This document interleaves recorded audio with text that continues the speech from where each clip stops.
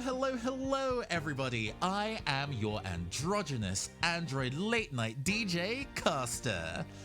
And I am your amazing agender avian co-host, Ravi the Owl. And this is the Neon Caster Twitch channel. Apologies to those who are watching us via stream at the moment. We did have a couple of technical issues when we started streaming, and so we've restarted at a lower video quality for stream, but hopefully those who are watching on YouTube will be getting the full visual experience. Yes. HD Canadians.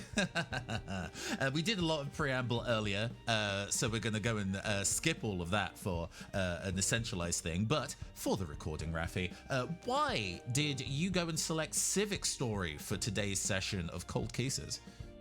Yeah, it's an indie Ace Attorney inspired game, and it's got a contemporary political bend, specifically around Canadian politics. This made in 2023, so I'm excited to see what they do with some actual themes and not just magic in fake Japanifornia.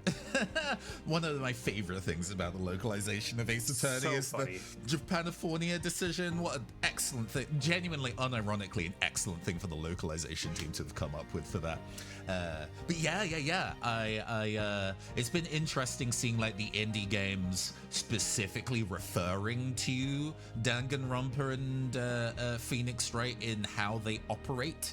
And we had a very Danganronpa-y vibe one for our first session of the Star Apprentice. So looking forward to seeing how this exists on the kind of like Ace Attorney spectrum. All right, let's get into it. Glad to see things are looking much better.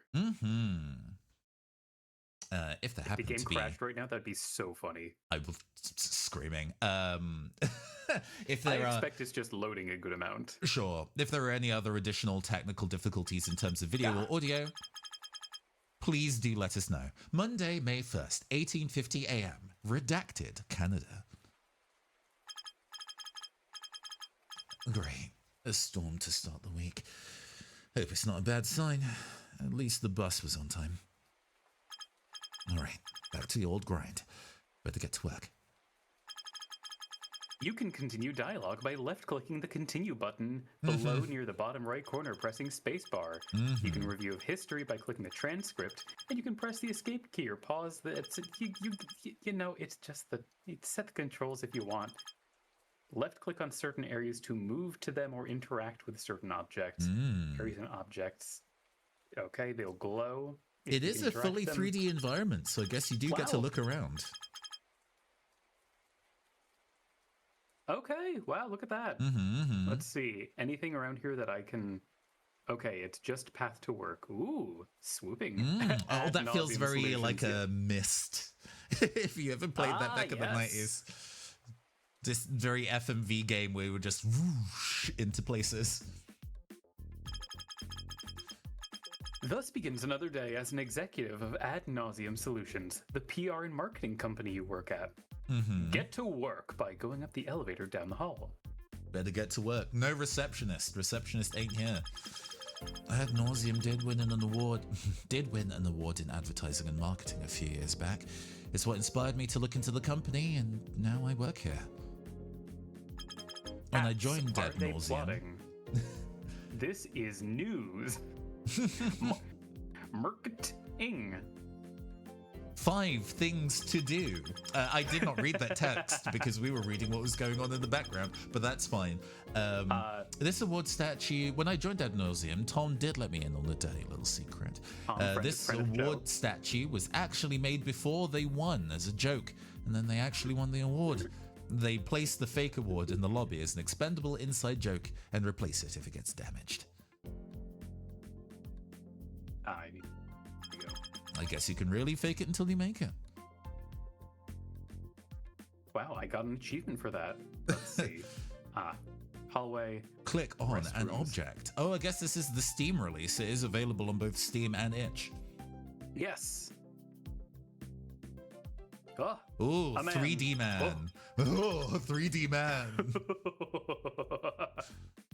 Hey, Hey, there's my favorite marketer. Feeling the Monday blues, eh? Yes, we can talk to people in the game. Yeah. Which shall we do? The weather's terrible. Hey, Tom. Yeah, not the best morning weather out there. The fog outside doesn't help either. Well, I know how to add some excitement to your day. With a prank, of course. How about you talk to Cecilia for a bit and keep her distracted while I make some modifications to her computer's autocorrect. Hey, Cecilia, look who dropped in. She's coming. Distract her. Go, go, go. I see. Nice to meet you, Larry Butts. So fast. Oh, hello. Hope you're having a good start to the day. I don't know if I've ever seen a 3D model that looks less like it's art. I mean, it's a very different skill, I think. That kind of... I'm very used to, in the realms of, like, miniature modeling, like for tabletop games. A lot of people work with 2D artists, which they then render into 3D, and they have to take a lot of considerations for both scale and, like, detail. So, like, to make a human read correct at tiny scale, you do actually have to exaggerate stuff like the heads, hands, and feet so they have a proper silhouette, and also any kind of, like, wispy or super thin details in a design get kind of smoothed or rounded or removed. So I wonder if the illustrations were done first and the 3D modeler was like, well... yes. I really like the way that, like, Kokuma, I know what you meant was like a 3D model that looks less like the 2D art that is inspired by, but I initially read that as just like, these 3D models look like the antithesis of art. Which would have been... And I was like, damn. Hey, Cecilia. I'm having a good day so far. What about you? How long is Tom gonna take? Oh, me too, me too. I'm really excited about the workshop today. What workshop? Oh, I'm surprised you don't know. The writers are getting some training from a journalist. Is Cecilia as kind of blushy as the 3D art or as serious as the 2D art, do you think? That's a great question. They really are two different... they are siblings, not twins. I'll stick with the soft voice for now. If we see a portrait shift with a different emotion, then I think that'll be our cue. I didn't know that. Sounds like fun. Where are you, Tom? I'll see you at the workshop then. Yeah. Oh, wait. Oh my God, Tom, where are you? Yes? Okay, we do have an emotion change on the model, so I think... Yes? I guess that helps. What's for lunch? Wow, not go Raptors, I'm literally right here. Go Star Raptors. So, what's for lunch? Lunch? Why am I always thinking about food? I, didn't bring anything.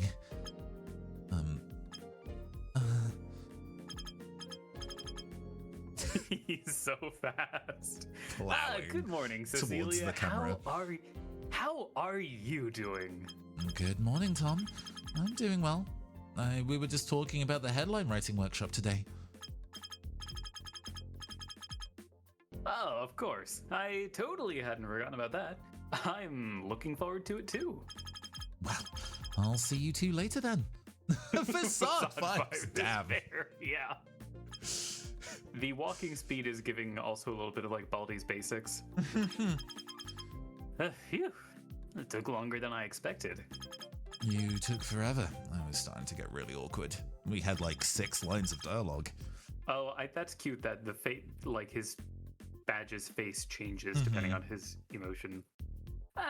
You did well. Can't wait to see what happens. Yikes! Look at the time. I also have to finish up a few things before this workshop. Blast off at Sonic speed. I guess it's just to the office. It's office or not nothing. Tom's okay. Market research. Busy. Besides, I have other things to do. What about Cecilia's desk that was also in view? They're busy. All right. Well, let's say hi to Tanika. Yeah. Oh, you're here. Want to try the latest batch of cookies I made? Oh. Unhinged. Unhinged. I can't. Fine. Did somebody say cookies? Here comes the Cookie Monster. You open her box of cookies and stuff 3 into your mouth at the same time. No, What?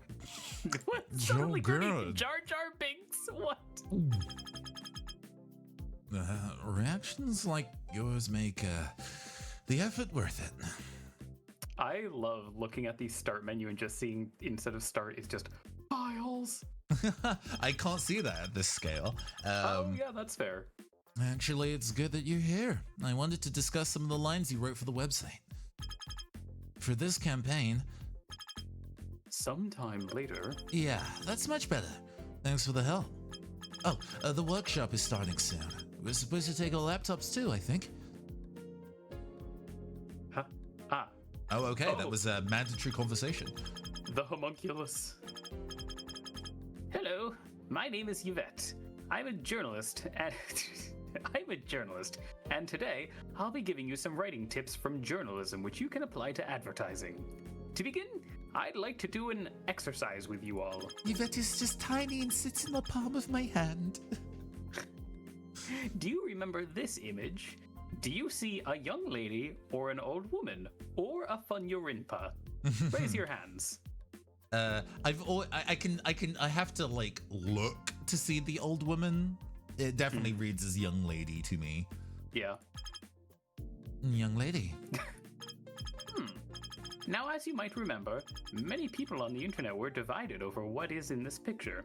I'd like you to write a headline for an article describing this event. I mean, the example that you should probably give is probably the Yanni Laurel or the blue and gold, blue and black rather than... I feel like they wanted to use the dress and then did not have the rights for it. True. Don't take too long. Just write what comes to mind first. Ah. Oh, wow, okay. I did not realize this was going to be PR focused. Let's see. Each color option. Hey, we both get to, what is this? 9 hours, 9 persons, 9 doors? Have I ever told you about Ice 9?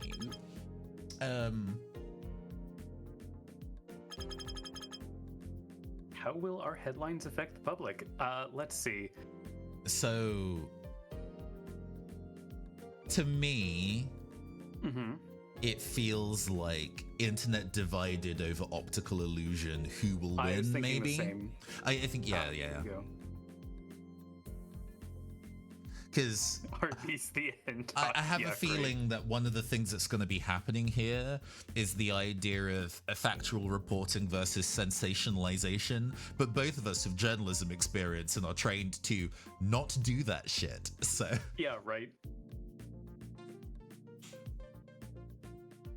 Yeah, that seems like the who will win is not what I would necessarily do, but no, I mean, of the options out of available, the 3 options, yes.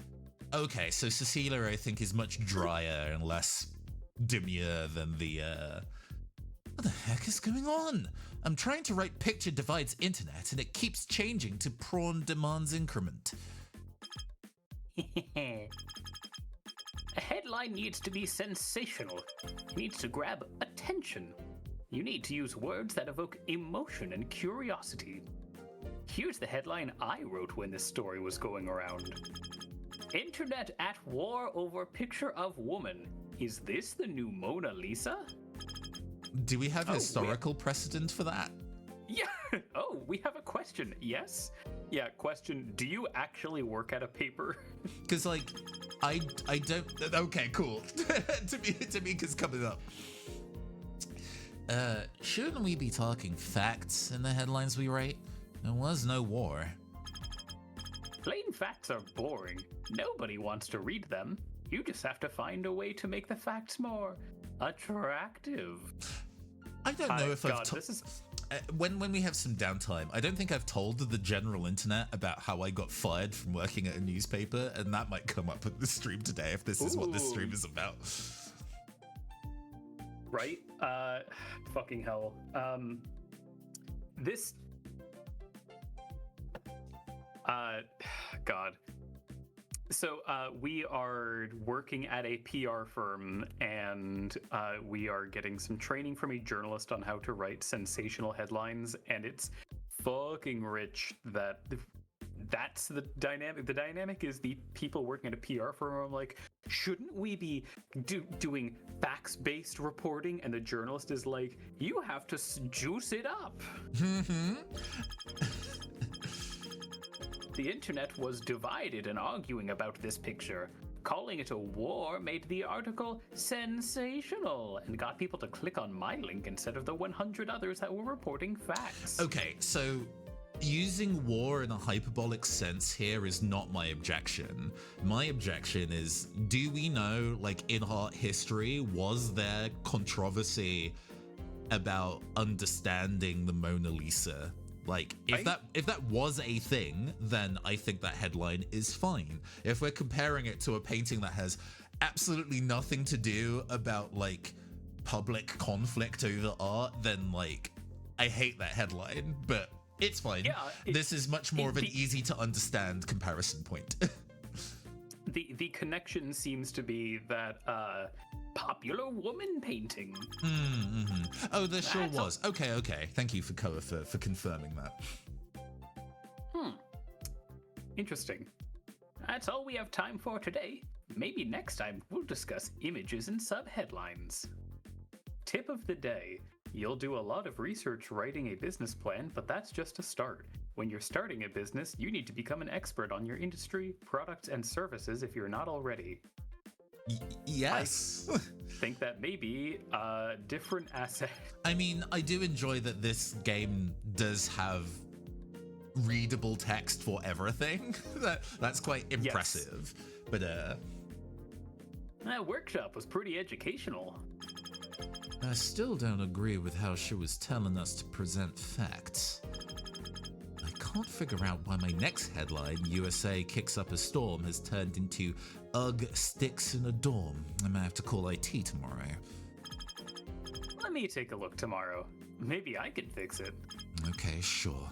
Oh, scary mouth movements. Thanks, Tom. No problem, Cease. Leave it to me. Speaking of, since we just went through that workshop, might as well start applying it into practice, right? I am sure we have some work we can spice up. Maybe I can fix it, he said like a liar. Oh, great idea. Guess. You should too. Can I talk? I cannot talk to the pink.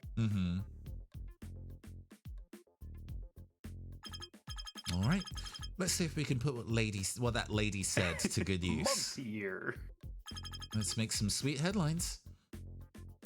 Okay, are we going to go with the sensationalizing bullshit, or are we going to make some actual headlines? Yo, filthy Frank at the office. Yeah, God, I guess so. Because we work in an advertising firm, so we're using what we've got so far to apply to.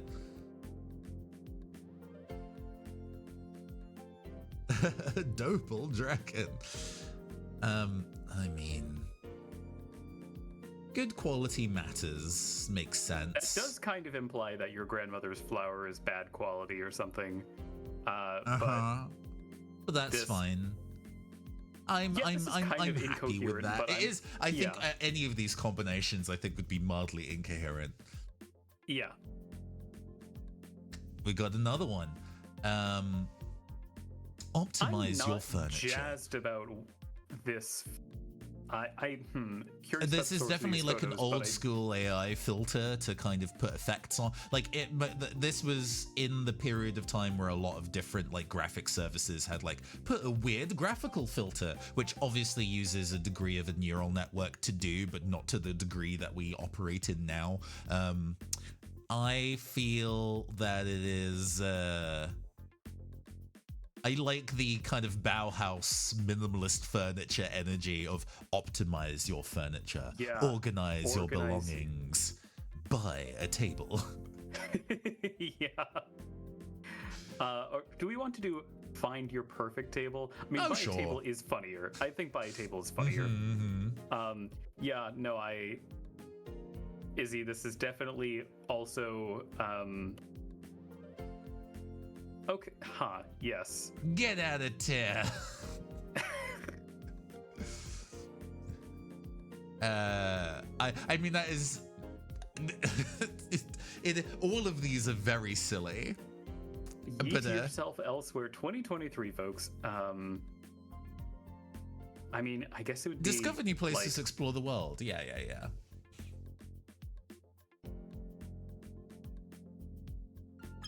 That one Tumblr post about how OP misses early fucked up AI instead of whatever this is. True, agreed.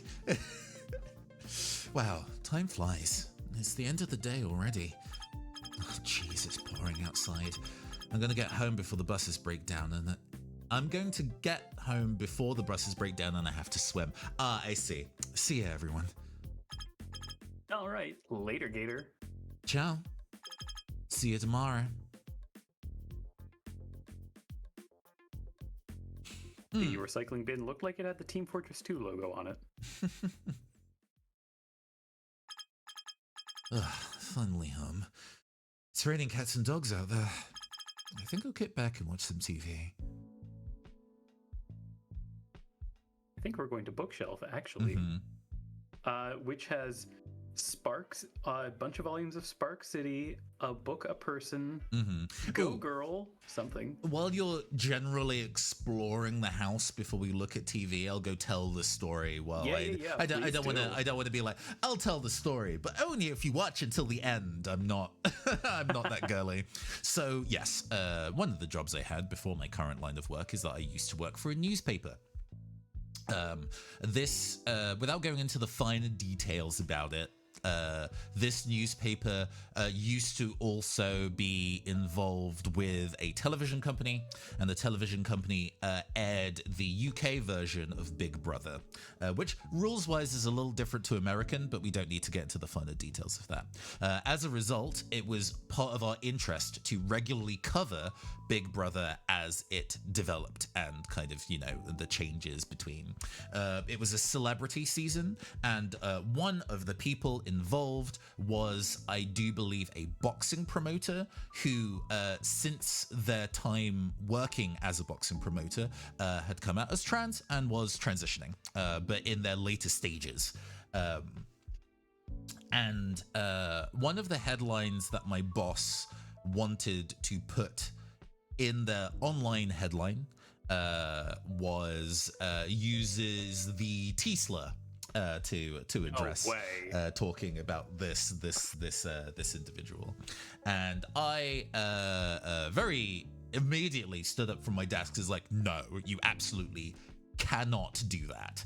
That is I will assume ignorance rather than malice. That's not a word you can use. And then he said, oh, but it really fits the deck. So if you don't know newspaper terms, deck and subdeck is essentially the headline and the subheadline of a newspaper article, and clever wording use, and sometimes if you really have to, kerning for clean fit is really important. Part of a good headline writing is making sure all the words fit where they're supposed to be. So he's like, oh, well, I want to use this word, which you're telling me I cannot, because it fits the deck nicely. It's optimized.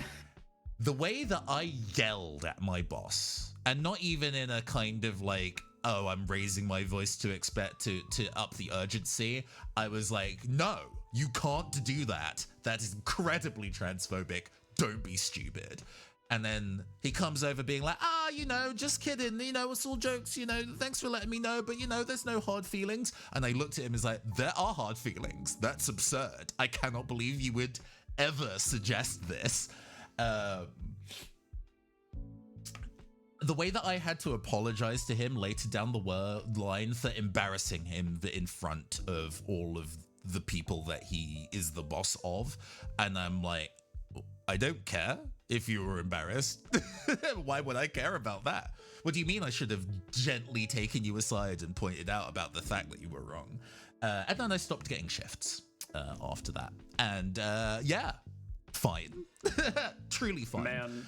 I used to be genuinely such a shy person early on in my life. The idea of performing on a stage was something I could not do. Even though apparently I was like good at it at the time, the idea of performing in front of people and being observed in that kind of space is something that I really struggled doing. Being a journalist genuinely broke that out of me. You have to be a hardcore motherfucker to work in that line of work. There are some dog shit people in that industry. Being a journalist does require a kind of shamelessness, and it's not surprising that would. There are some people who have to overcome that and go like, okay, in this context, I need to push past the discomfort to, be a little obstructive, to be a little rude, to do my job. And then there are people who don't have shame in the first place. So no fucking problemo. But yes. Fucking sucks. I'm glad I spent my time doing journalism. I wouldn't work that industry now. But that is okay. There are people who have the obstinacy and the spirit to kind of resist that. I could technically move into news in my current line of work, but because I am openly queer and black, they probably would not take me. But we don't have time for that conversation. We have to watch TV. Creepy door shutting up over there. Hi, Yellow King. Good evening. Hey, Yellow King. Oh. The Prime Minister has advised the governor. Actually, no. We'll do BBC style reporting. The Prime Minister. Yes. Cranking up the RP. The Prime Minister has advised the Governor General to dissolve Canada's Parliament after his government was found in contempt of the Parliament and a vote of no confidence was passed against them. It seems like Canadians will be heading to the poll booths earlier than expected. In other news, what is happening? Parliament dissolved? I didn't know it was soluble. What's going on? Maybe I should look this up.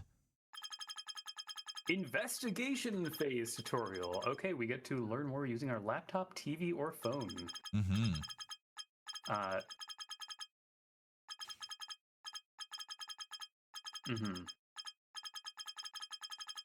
Yeah, the graphical filters for all of the real photographs that they've taken to make them different is... I remember when there were like really early apps that you could get on like Apple and Android. It's like, take your photos and convert them into fun art pieces. And it's definitely using that level of tech. But yeah, I bought that because it looked familiar, but I can't remember where it's from. Default Blender asset. Fuck off. We can go back. Printing terms. Yes. Dissolve. Do you want to read it or shall I? Sure. Dissolution is the end of the parliament and is always followed by a general election. Usually the parliament only dissolves when a government completes its term. The parliament must be dissolved when the government loses a vote of no confidence. Vote of no confidence is a motion that can be passed in the House of Commons, which states that the House has no confidence in the current government. Some bills or motions are considered implicit motions on confidence. They are usually related to monetary policy. If the government fails to pass a bill regarding taxation or government spending, no confidence can be asserted automatically. If a vote of no confidence passes, the Prime Minister has to resign. The Governor General can then offer the leader of another party the chance to form a government or call a general election. I'm not dropping frames this time. It is time good, but sorry that Twitch as a playback is acting up. Hopefully though, the VOD should be fine. Actions by any person or member of Parliament that block, hold up, or impede the Parliament from functioning or prevent members from carrying out their duty is a contempt of Parliament. Examples include bribery, threats, withholding documents, or forging documents. Interesting that, because being in contempt of court is also that's perjury stuff. I guess it works in the exact same way, where it's all specifically acting in a way to. But lying is not necessarily a contempt of court or a contempt of Parliament. It seems. I guess it's a different matter. The Governor-General of Canada is the representative of the British monarchy who appoints the Governor-General based on a recommendation of the Prime Minister of Canada. Usually, a Governor-General is appointed for a period of 5 years. The Governor-General has several ceremonial duties.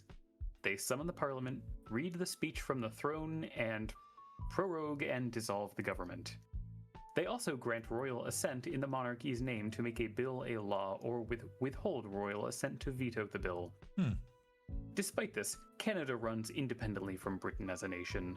While their role is now largely based on historical tradition as a stand-in for the British monarchy, the Governor-General can be considered to be Canada's head of state by proxy, whereas the Prime Minister is the head of government.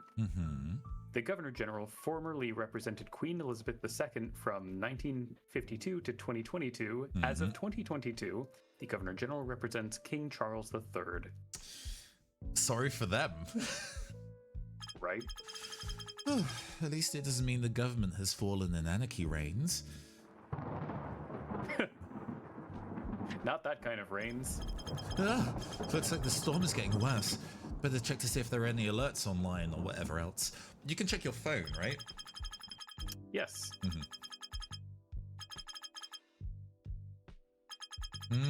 You have a limited amount of time to check info.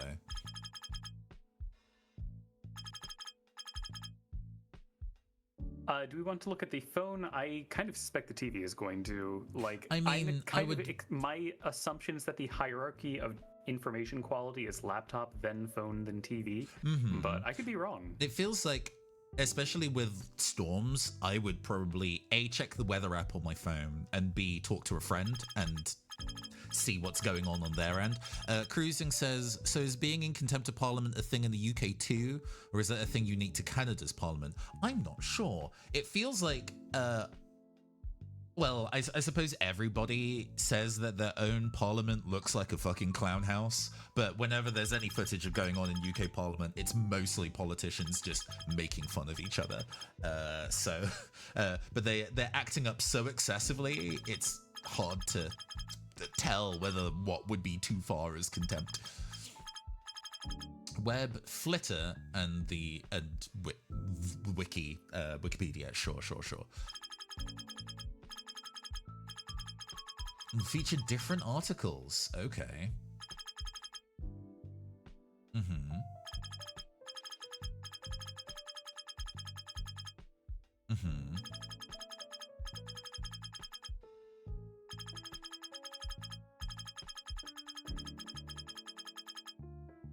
Is there any value in this?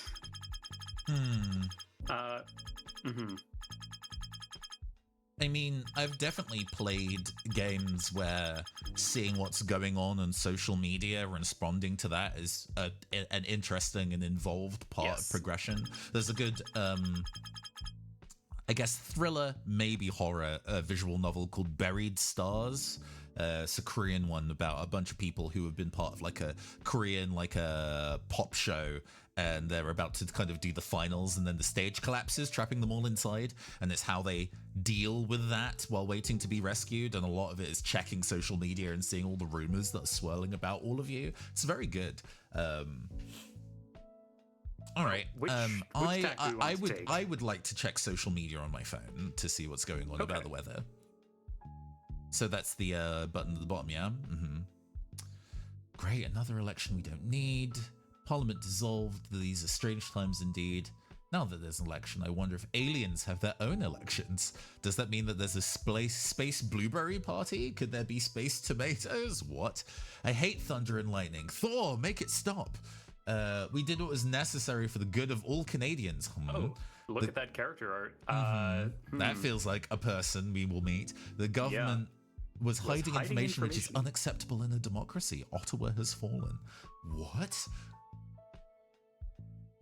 I cannot wait for the Willow Weather show next month. That cat is so cute. I want to knit a sweater. Finally, we should have done this a long ago. Go tomatoes. This is emerging. Oh, hi, Barry. Remember when you were relaxing on the couch and then the government fell? It was me, Barry. I destroyed the government to let you live your post-apocalyptic nightmares. And then XD Space Jam. Okay. Well, we've learned a character, I suppose. True. What's the news take today? a look at political leaders. Oh, sure. General elections call. And now it's now warning us that any of the things we click here will advance time, so we can back out if none of these feel relevant to look at. Do we want to take a look at... Residents battling floods, I think, is very relevant to what we were concerned about. Montreal and Ottawa. I guess we're skimming here, because these are a lot to read aloud. Army has been called in to support the civilians. Montreal has declared a state of emergency. Once elected, private plots of land are temporarily being taken over. Wow. Oh, I guess if they're not really being used, like houses that are owned but unused. Sarah Sappho is a politician that we will probably see more about. Once elected, I'm sure proper financial aid is offered. In the meantime, scientists are working to understand the climate change. Okay. Tomatoes. Yeah, the mention of tomatoes in Twitter was interesting. Do we want to look at political leaders too? Oh yeah, we can find out what the hell. Okay, so right, it's a political party. I see. I see. Okay, so interesting. Yeah, bagel Quebecois. And blueberries were also mentioned, weren't they? Yes. Shall we brush up on who I guess we have to kind of get the vibe of all of these. We definitely want to look at Sarah Sappho because it came up. Recently elected as leader of the Orange Party. From studied law at British Columbia. She was a lawyer before she moved into politics. Represents we don't know her type of politics platform. Though. Okay. Oh, sure. That does cost more time, but that's okay. Impose it. Okay, I was kind of wondering if these would be the more the kind of like non-establishment left. Yeah, the liberal Democrats or the Green. Well, the Lib Dems are not as left-leaning as they used to be. I guess the Green Party. More like Dem Socs. I'm thinking. Democratic Socialists tax super wealthy, spend that to provide pharmacare and build housing even. Indigenous issues. Yeah, this is definitely Indigenous Canadians are a big thing in terms of the. Shut down the pipeline. Okay, so this is definitely further left than institution left. Take more refugees, cut emissions by half, and social programs like UBI. Yeah. Okay, so this makes sense. Okay, so Sarah, in terms of pushing to make that change, in terms of helping the unhoused from disaster relief and stuff like that, is a thing she actually means, or at least that's part of her party politics at the very least. Okay. Let's see. Do we want to take a quick Landon look at Lavoie feel like they're the Conservatives? Was he the one that we saw on the on Flitter? Yes. Yeah, this guy. Oh God, okay. Eyes. Anime grandpa. He got the eye surgery to make them bigger so he can stare at his family more. Okay, so he leading the opposition until it was dissolved.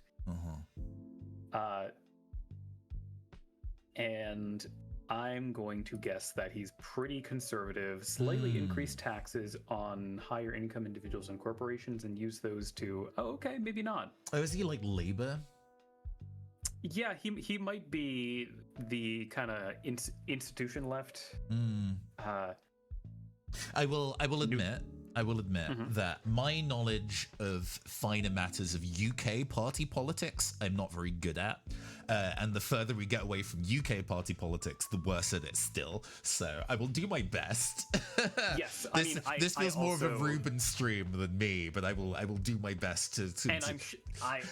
Listen, I'm kind of like, oh, if only we got Florian in here. Oh, sure, but, absolutely. Florian, being a mutual friend of ours, who is a highly politically literate Canadian lawyer. So, we can show this to him after. Yeah. So this slightly increased taxes, use them for social programs, neutral on the pipeline, but is, wants safe drinking water for all Indigenous communities. Balance economic is interested growth, in having immigrants into the country, so definitely not current UK Labour then. Yeah, this is all very rosy. Interesting that this is 2023. It would feel like these particular platforms would be very radical for like the main left. I suppose that means then that Blueberry are the conservatives. Yeah, look at that guy. Family, wife, son. And we're not really going to get any valuable information here except that he's the current PM, and his government was taken down, prompting the right. So this is what has just happened. So these pages have immediately updated following what's happened. So he was an executive at a media company for several years before he got into politics. Okay. So then, and we got kicked out. Fine. Doesn't seem to be any extreme weather alerts, although it looks like a lot more is going on in the world. It would be so funny if we missed a flag that would help us survive a flood and we just die immediately. Your stomach growls. I should probably have dinner before bed. What should I have tonight? Spaghetti. Actually eat a meal, please. Cooking can be so therapeutic. You make some spaghetti in spicy marinara sauce. You chow down and reach a state of bliss. Some call this state of food coma. Slowly, you begin to move again and your eyes move to the clock. It's 11:30 already? I better get some sleep. Don't want to be a blear-eyed buffoon in the morning.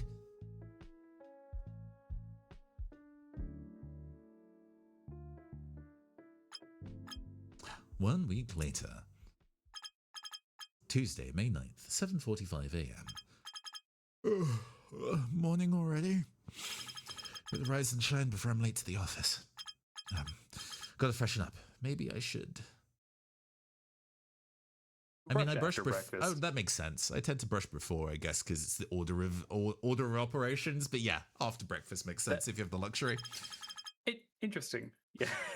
Well, my bathroom is next to my bedroom, as opposed to my kitchen, which is up 2 flights of stairs. You're going to have teeth sullied by breakfast for the entire day. Also, depending on how well I start, I am very used to having breakfast en route to work rather than at home. But okay, I see. Crunch through the crunchy toast for your breakfast. Ooh, Foley. Brush your teeth until they twinkle, just like the stars in space. Better get out of here soon. Better brush while showering. Efficiency is important. Shower washes off all remaining drowsiness. You feel fresh and full of life. Showers are the real fresh makers. Okay. Oh no. I better go catch the bus before I'm late. And watch some TV. Okay, yes, we'll. Cannot watch TV. Have to have a door swing in our face. Pensive emoji. Just box yourself in the face every time you try to leave your home. Oh, raving in these streets. All right, it's a new day and a new commute. Better get to the bus stop across the street. What's that orange poster? Party poster. Marty Crabtree. So there's the next door apartment. A neighboring apartment. Almost got my apartments in this smaller complex next door years ago. Then I stubbed my toe on a floorboard. It was Friday the 13th, so that wasn't a good sign. I don't talk to the people in there much, but there used to be a guy who used to bake some delicious bread and gave it freely to the people in the neighborhood. Shame I never kept in touch with him after he moved. Oh yeah, because I know that in the US you'll sometimes put signs up outside your house to kind of like represent who you're voting to give the eye line to the people. Mm-hmm. They're generally not this big. They're generally like, I would say about half of that size, but I understand readability in the game is important.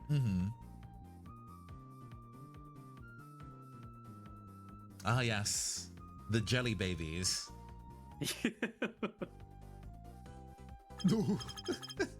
Good. Whoa. Caught the bus just in time. Not leaving me in the dust today, bus man. I better find a spot to get cozy while I wait for my stop. I could also eavesdrop around a bit to see what everybody's into these days. Marketers always got to keep a pulse on the public's interests. If it was set in the USA, there'd be like 50 of them in the same lawn. I see. What's the flyer? Education cuts hurt us all. Join the protest at 12 p.m. today. I can't make out the address because someone scribbled on it. I mean, well, public protesting is a dangerous game. Well, I say dangerous game.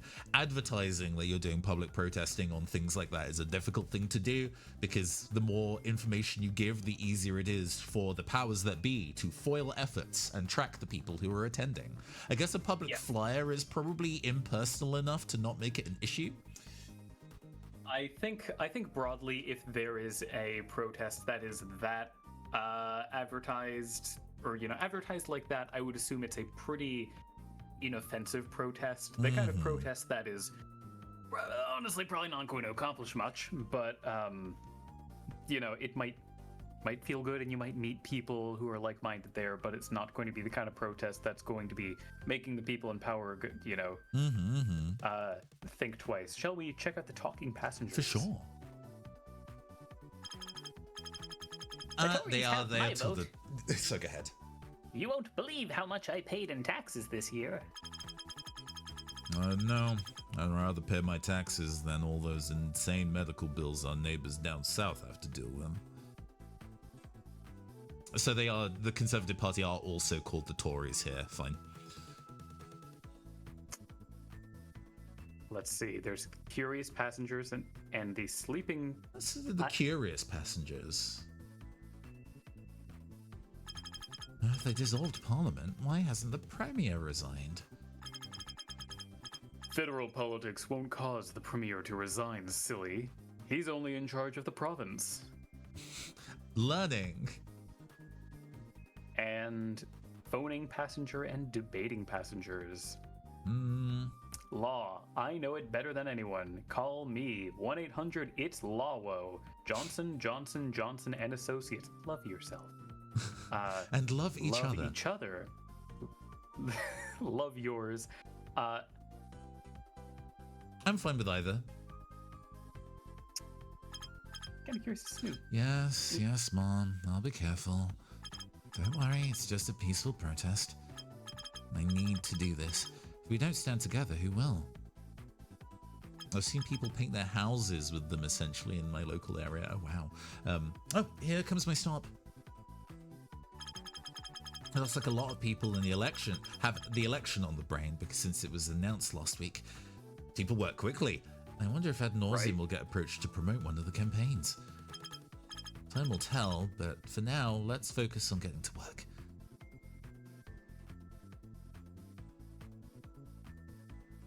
Some of these names, Char Delkin, was that? Very Bobson Dugnut. Truly. Oh, made it to work just in time. Better get upstairs. You had to brush your teeth and shower simultaneously till you could get to work on time? That's rough.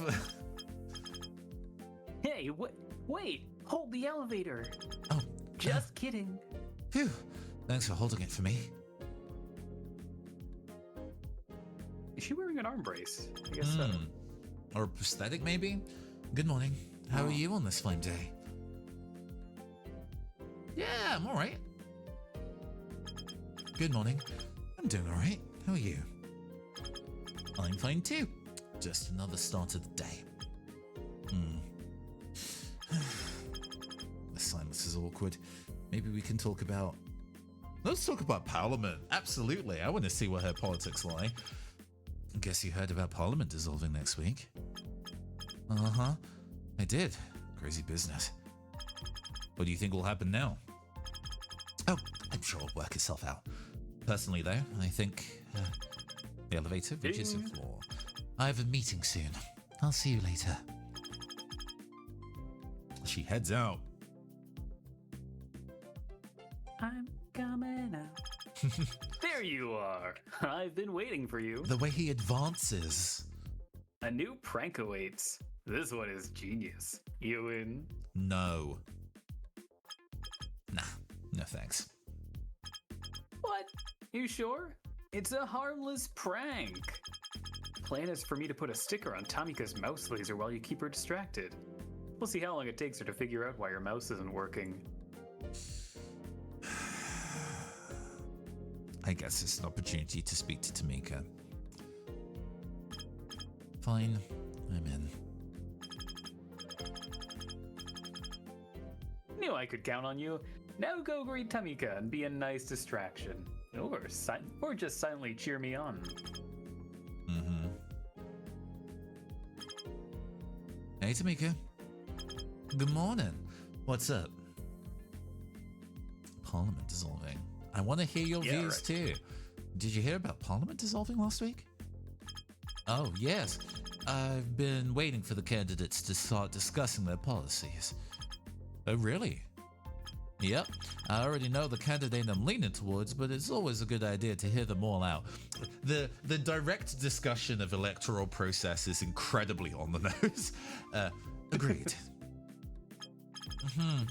Let's talk more about this after lunch. What's up? Don't bother warning her, I guess. Oh, nothing. All right, I gotta work. Talk later.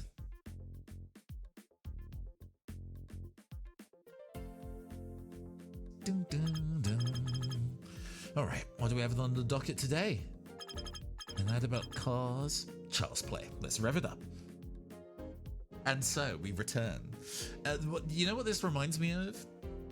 Doki Doki Literature Club, where it gives you the completing the poetry minigame, and it sort of matters, but not really.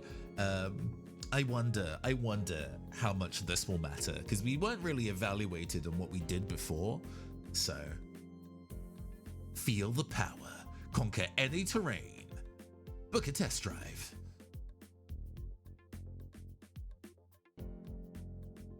Whoa, what the hell is that? It's paintbrushes, I think. Art supplies, okay. Huh. Craft your art. Make your home yours. Visit our paint shop. Color. Oh, no, yeah, color your world. Wow, look at the time. I wrote 2 whole sentences and now it's already 1. Looks like Tom and Cecilia probably went to the cafeteria already. I'll take the elevator down. Let's just see how Tamika's doing.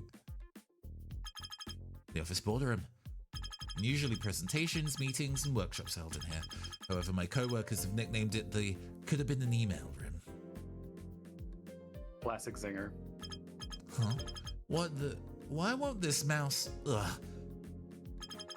Girl, what have you been doing for the past few hours? Hey, you know, we only wrote 2 sentences. Maybe she was in a different meeting. True.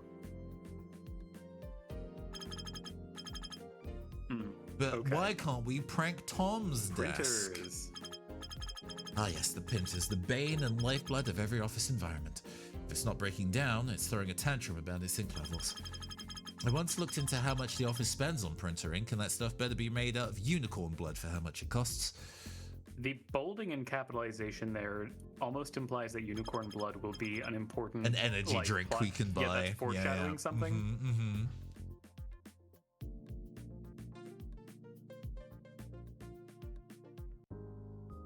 You see, I thought you were going to you were giving the Doki Doki Literature Club comparison just out of the sense of like we are kind of engaging in a lot of the details of everyday mundanity. Oh sure, before things get weird, but there is that. Like I'm waiting for things to become unhinged. Like there was or at least where more of the like Ace Attorney-isms come in. But yeah, I genuinely have. I want to build an argument. Yeah, I'm really wondering how we get from here to there. Good afternoon. What would you like to eat? Hey, Abdul. What are the specials today? We have avocado salad, chicken burgers, and fish and chips. Which would you like? Burger. I'm burning for a good burger. Ah, a burger. Good choice. One moment. We obtain burger. Here you go. Enjoy. Burger get. Dun, dun, dun, dun. Thanks, Abdul. Now, where to sit? Just entirely away from everybody else. Just eat. I mean, granted, I like eating alone on my lunch break. It is like the only time of the day in the office where I don't have to make small talk or be directly accountable. So I appreciate spending my lunches alone. Yeah, no, I could. Did you guys hear? They're poutine together a festival this weekend. Boo. Huh? What festival? I just told you. I just told you. It's a poutine festival. Huh. I'm sorry. That's all right. It was almost funny. Sorry I'm late. I've been trying to figure out why my mouse wasn't working.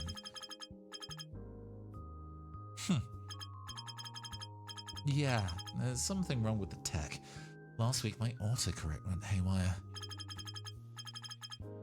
But I figured it out just before lunch. Someone put a sticker under it. What? I think I'm gonna have to let HR know. Someone's messing with our stuff. Uh-oh. Tom suddenly coughs through a mouthful of blood. I initially misread that as Tom coughs up a mouthful of blood, and I was like, yeah, oh. that was how I first read it. No, it said food, chat. You okay, Tom? The awkward silence is short-lived, as suddenly... Breaking news! As you can see... Go ahead, yes. Thousands of students have gathered to rally against the education cuts announced by Premier John Roberts. This follows the protests last week against his free speech mandate. Stay tuned for updates. The sudden silence that had engulfed the canteen form the news report is shattered as everyone starts talking again. Ugh. How does he expect our province to develop with cuts to education? I heard that class sizes will be larger now. Come on, we've got the best education system in the country. A few cuts and extra kids in classes won't hurt. He did explain that our budgets are in deficit. Maybe this is necessary. No, you could cut the military budget. You could always cut the military budget. What do you think? Cuts to education are bad. Cuts to education are never a good idea. The teachers in our province are already too entitled. I see, Cecilia. They make more than us and are just using the students to get a salary hike. Teachers do not make much money. What do you mean? What do you mean? You don't know what teachers are like in Canada. They're practically kings up there. Are you kidding me, Cece? note from the chat. One interesting Yes, part of Canadian politics I want to see if this game explores is how there's a party called Bloc Québécois, which actually there was in the list of the 5 parties, which represents French-speaking Canadians who identify as Québécois. The party advocates for more autonomy for Quebec. So I have a huge interest in learning about political systems and the politics of other countries. I'm going to look like an idiot this stream then. Great. Go for it. Go for it. That's not true, but so we did see that the 5th party represented Quebecois interests, and I feel like I just read earlier in the week that the Bloc Québécois basically like threatened to secede twice, at which like having those threats credible allowed them to get some major concessions. So concessions to avoid secession.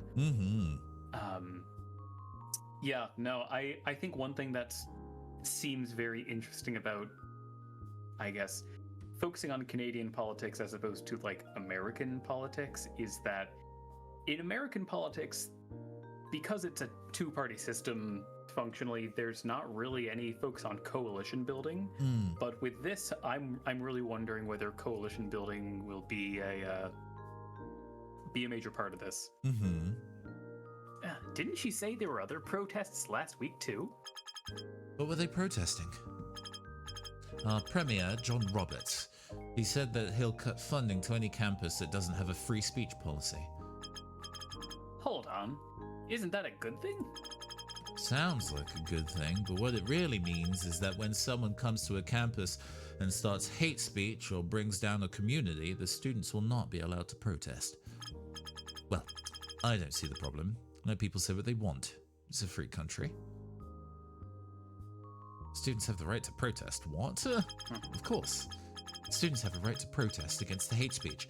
It's their community that people are preaching to. If they're unhappy about it, they should be able to express that.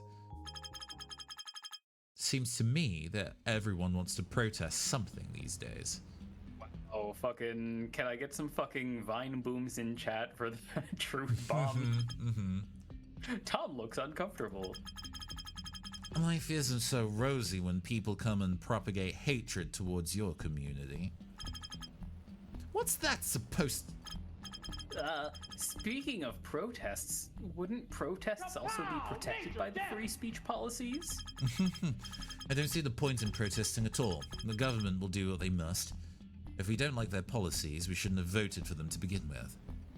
Yeah, no, that's true. You know, when you elect someone, they should basically get to do literally whatever they want until the next election cycle. Never in the history of anything has a... Never in the history of anything has a political party got into power and then done something other than what they promised during the election cycle. That's never happened. Never happened. Also, thank you, Cruising. I appreciate it. We can't let politicians off the leash. There needs to be accountability.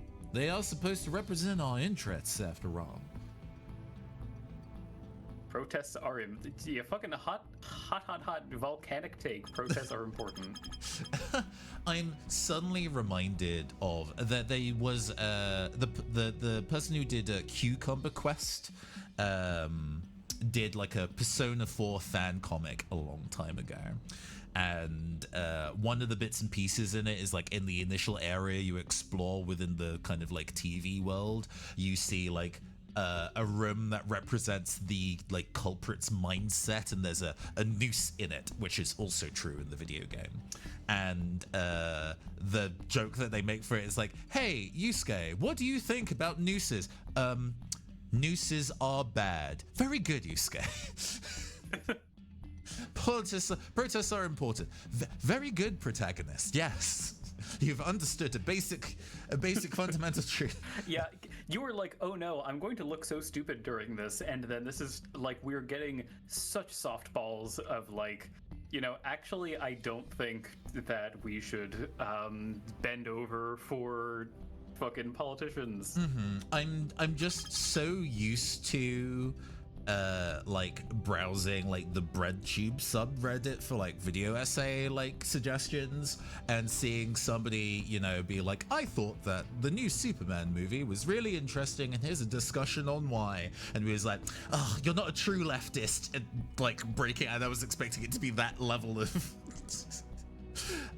I guess infighting detail required, but hey, this needs to be accessible to some degree. Yeah, I'm not expecting this to be getting to the point where we are it's like, you know, okay, this is level 1 and level 10 is us debating whether we should be you know, pursuing Marxism-Leninism or Marxist-Leninism-Maoism. Yeah. When we get into that level of granularity, I am so rapidly lost. It's not out of intentional ignorance. I don't like the fact that I don't know, but it can feel inside baseball sometimes. Anyway, isn't that what voting is for? Who's to say that politicians exactly can't change their agenda after you voted for them? Then what? Tamika says, leaning harder and harder on the table. Tom looks conflicted. Am I seriously gonna get fired for these pranks? You know, I've been to a protest once. There was a scuffle with security, but they didn't do anything to me. Of course they didn't. They usually aren't rough with people that look like you. Say. I wouldn't be so lucky. Wait, I'm white? Whoa! Look at the time. It's already 1:30 p.m. We better get moving. That lunch break felt, way longer than usual. See you guys later. Later. All right, later. That was a bit intense. I wonder if it'll be the last time, he says, staring towards the camera. I better get back to work.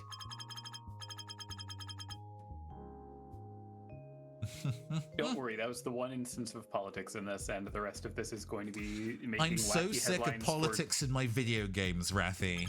Just forcing an agenda down my throat. You know, I mean, what's really nice is that you know what people who hate politics in their games love? AI art. So we're going to be getting right back to that. We are value neutral, yes. I cannot believe they've depicted women in this game unrealistically. Actually, to be fair, you can't see any of the pores that these women have, so I think that the men would find it 10 out of 10. All right, gotta write more headlines. Let's line them up and knock them down. Oh, and of course, look at what we've been hired to write about this time. The education system. I see. And now it matters. Yeah, I think cuts coming to education. It's wild that we were paid to write about this, but perhaps not given an angle to take as a PR firm. Yeah. I fully expect a boss to come in and be like, well, say what the party line is, otherwise you're fired. Right. Yeah, I think it's gotta be. Yes. I mean, yes. Government saving money. Okay, well, I see who's paying us. I see. So how can we best sabotage this? I mean, all of these, of course, the options we're being given are all going to be conservative flavored. I do think This font. Yeah, this is yeah. Trendy babes. We were having a conversation, I think yesterday, where I brought up Code Lyoko, and this 3D render alongside the cartoon font definitely is hitting that energy. God. I think Code Lyoko is even made by a Canadian studio. Let's see. I mean, I'd rather be accurate than rosy. Like bolster Canada's economy, pay down the deficit. So I wonder, this is a general question to you and the audience. I wonder, do conservatives favor more putting the identity of the party first or the person? Because like, you know, when we kind of think about, it is the person that people think about more than the party, I suppose. You know, it's Jeremy Corbyn, not Labour. It's Trump, not the Republicans. So I guess if we put vote Blueberry, it feels more impersonal, like we're de-emphasizing the personality, which I think is preferable. Yeah, no, that's a good point. Whether this game is concerned about that detail or responds to that detail, I'm very interested to see how any of this will pan out. Right. Wow, end of the day already? Time just flew by. Better get going. You say goodbye to Tom, Tamika, and Cecilia and take the bus home.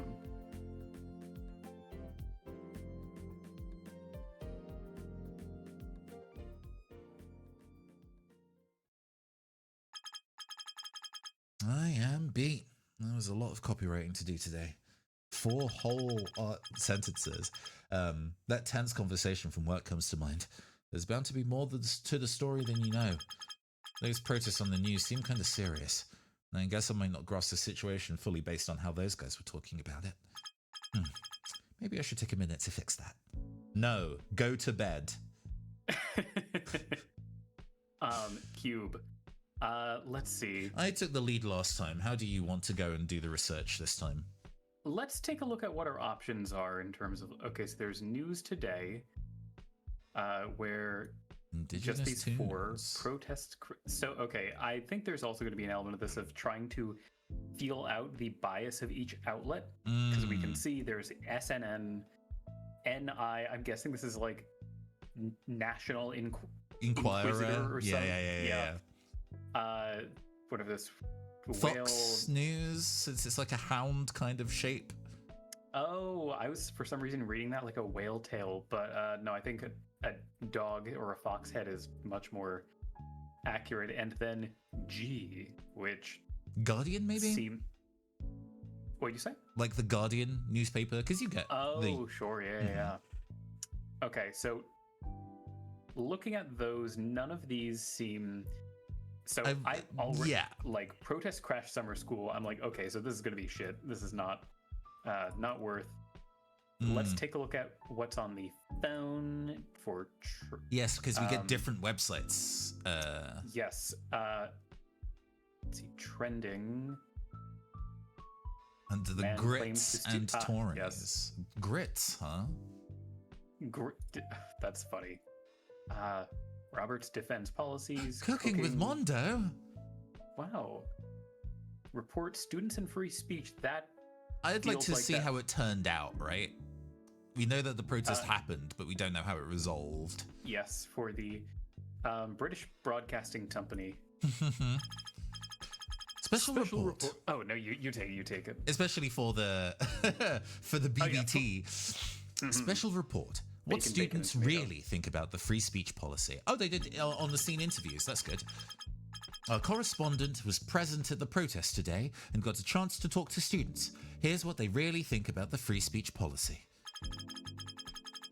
I'm here I'm here downtown, where students have much to say about the province's new free speech policies and exercising their free speech.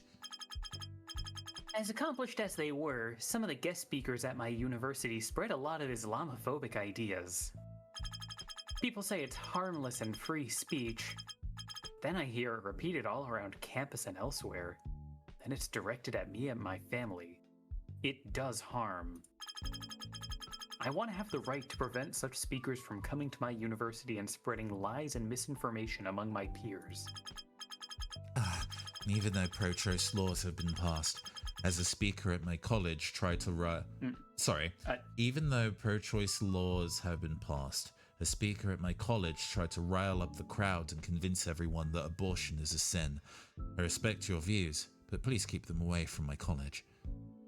The trembling on the microphone hand. Taking away our right to protest is taking away our freedom of expression. The premier is a hypocrite. We won't let him get away with this. As someone who's non-binary, I feel offended for myself and my community when someone refuses to acknowledge our rights. If they can't protest against ignorance, we'll be further marginalized. This needs to stop now. Everyone's free to say what they like, you know? They're all free to protest, but can't the guy at our college be free to say what he likes? I don't like these people protesting. You disagree? Debate them! Free speech! Free speech! As you can see, the students are very passionate about this protest. Will the protest be successful or not? Only time will tell. Jason Sparks, Maple News. And that's not BBT, but fair enough. Not BBT at all. Okay. Well, I think we have learned. Okay. We know definitely that. what happened at the event, so that's good. Yes. Although I'm I wonder curious- if there's going to be on social media other. True. I do really want to know what the like other political groups' views are. Mm-hmm. Oh, sure. Yes, So- we can find out about the political leaders. Because Let's see. we didn't get to see, I think we can guess what Blueberry is about without having to, but Okay. Yeah. Whoops. Did not mean to completely back out of that. No, not this. Political leaders. Yeah, let's see what the Zucchini Party is. I guess they're the actual Green Party, maybe? Perhaps. Chinese and Indigenous parents in Vancouver, studied in environmental science. Okay, so I'm definitely heavy taxes on industries Green that cause Party. pollution. Yeah, reconciliation payments and opposes pipeline projects, bring in refugees with a special focus on. So this is like kind of a single issue party, it seems, which is kind of interesting. Drastic measures to cut emissions by 80% in effort to hit the Paris Accords, and increase the minimum wage to a living wage based on. No, this is very, reference. very accurate to the British equivalent of the Green Party. Unfortunately, modern Green Party has one too many individuals who are talking about stuff, quote unquote, for women and girls, which I think these days is now a dog whistle. Yes. And as far as I'm aware, instances of like, but what do you mean by that, have not been sufficiently answered. So I used to be a Green Party supporter, but that has like drifted quite heavily now. A local MP who I think is doing a good job is Labour, even though wider Labour is not doing a good job at fucking all. But Yeah. you know, if my voting can at least make the local community better, that seems better than not voting at all if there are no good wider political party options. It's Yeah. difficult.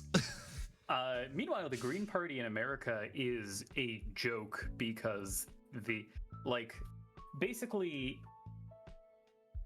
if you are the Green Party does nothing at like local levels. All they do is try to win a national election, which is going about things in the wrong order, and they're kind of functionally a spoiler party at this point. Which disappointing, but let's see what Bagel Québécois. Oh my god. Okay, I've seen you at the main menu. Major Mask. The politician hailing from the province of Quebec City, Quebec. Oh, actually, that's probably a comedy Parisian accent, not a Quebecois Yeah, who knows accent. what the Quebecois accent is? God, okay, if they bring in like Quebecois like religious swearing, I will be very tickled because I love that shit. Age of 35. He's younger than a lot of the other political candidates, actually. 48. That's He's younger than both the Labour and Conservative parties. The Labour Party member is like in his 70s, and the Conservatives one is like 50, late 50s, early 60s. I think the other two parties were in their late 30s, but I could be Sure. wrong. I'm not surprised that the very left-leaning parties skew younger. Of course, for sure. I'm interested to know actually what the Quebecois people support, and beyond being a single party issue, I guess. Foreign spending. Reduce foreign spending to training programs. Okay. Support reconciliation with First Nations and compensation. Not commenting on the pipeline. They want to encourage more French-speaking immigrants to come to Quebec, and they want to increase funding for linguistic training for immigrants. But they support. I mean, Parisian French and North and Central African French are so different from Canadian French. Like, tonally, like, they're mutually intelligible, but it would be, you wouldn't necessarily be bringing people who with a cultural tie in. I mean, I kind of read this as like, the more French speakers you get in Canada, the more politically relevant French is, and just kind of by being the province that is, and political group that is pushing for like primarily French speaking, then it makes sense to me that trying to tip these scales of how French speaking is Canada makes sense. They want a carbon tax on high pollution industries and want to give carbon credits, which not great. And they already have measures to keep price low and competitive. We are not concerned with this issue. Interesting. I do want to just check and see how far increase the minimum wage by $1 and reduce taxes. Pay for the deficit created by cutting taxes by reducing the amount of foreign aid Canada provides to countries in need. Okay, so kind of isolationist in that nature. Compensate the indigenous communities by continuing the pipeline project and using the profits that come from there to make payments and jobs. That's a funny way to go about that. More economic immigrants. Interesting. There's not really anyone who's saying like keep the immigrants out. Yeah, that feels like a main USA and UK issue, it seems. True. Yes. But they do want to reduce the number of refugees. The Blueberries plan to shut down all the coal power plants in the country. They haven't yet revealed what their emission targets are, which strange kind of reads like they are maybe not expecting that to, like, I think best case scenario, that just seems kind of naive, or like they'll just close a lot of jobs more than anything else. Like presumably they're going to have a replacement for it, but that they're not discussing that. And worse, most cynically, that could be an intentionally bad plan so that they don't have to go through with it. And they plan to tackle the affordability crisis by increasing the minimum. $1 per hour does feel like it's supposed to read as insultingly small, and I think that kind of is. We have time to read two more things. I do kind of want to see what people on social media are saying. Okay, yeah, we can do that.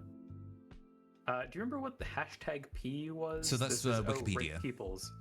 Yes. Oh, wow. Okay, there's a lot here. And they do take time to read, but grits versus Tories is a term that has come up, and I don't actually know what grits means here. I guess that would be what the equivalent of Labour would be. Sure. Okay.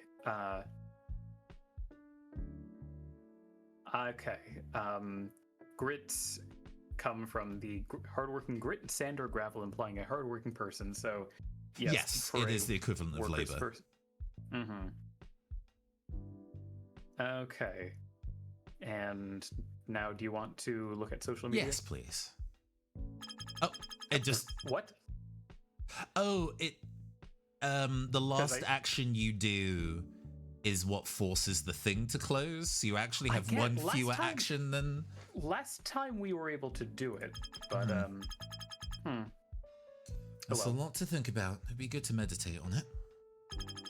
You close your eyes and take a deep breath, inhaling positivity. It should be for 4 count, not 5, I think.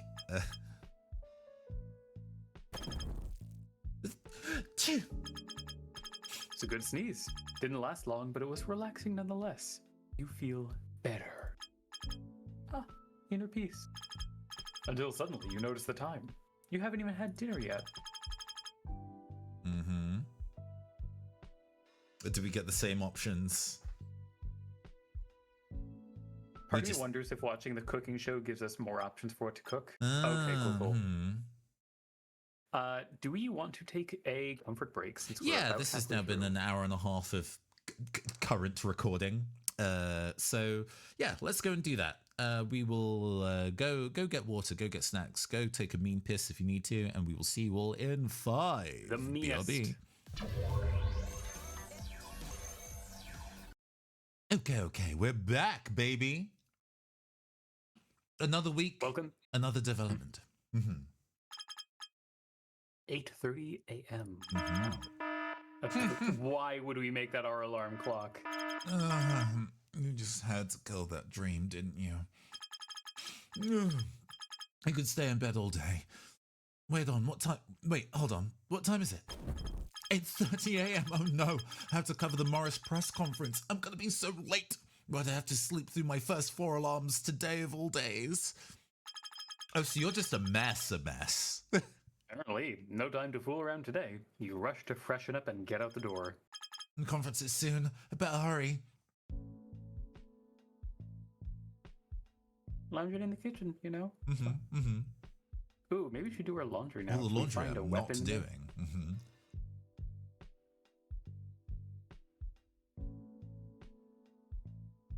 It is a little surprising that they keep these interactive segments that don't really... Iwata Sakurai for the zucchinis.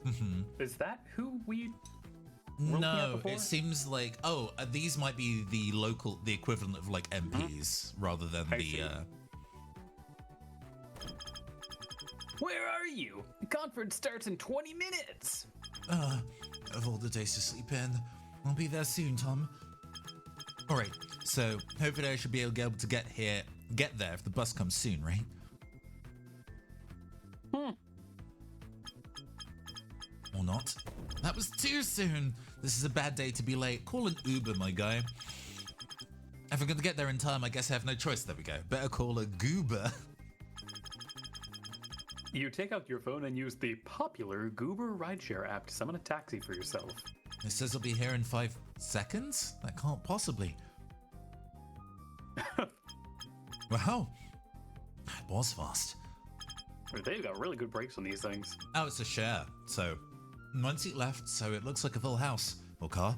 This could get uncomfortable. Don't forget to mask up, my guy.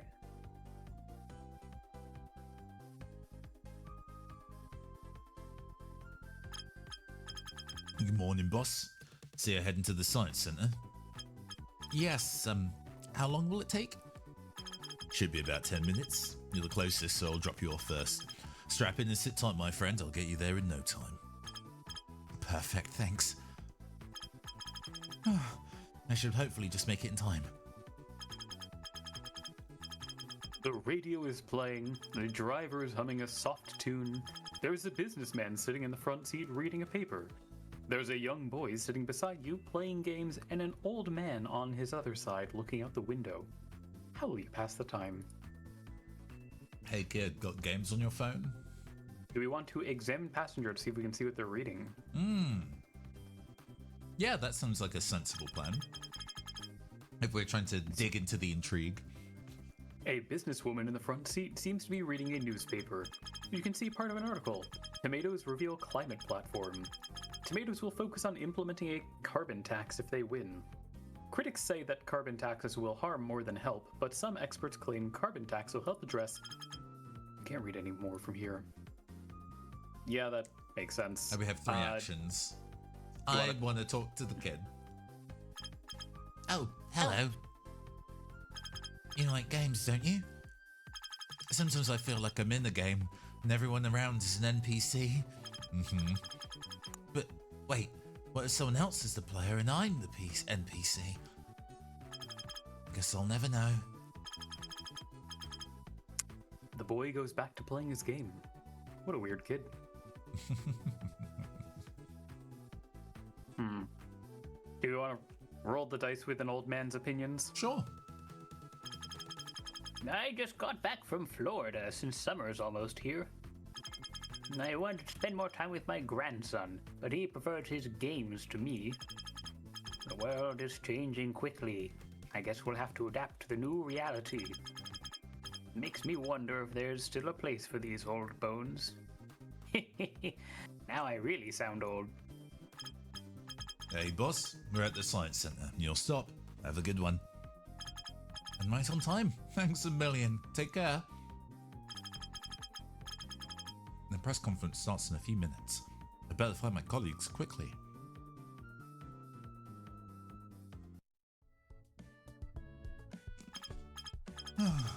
Barely made it. Got a few moments to spare. I haven't been in the Science Center in ages. Brings back memories.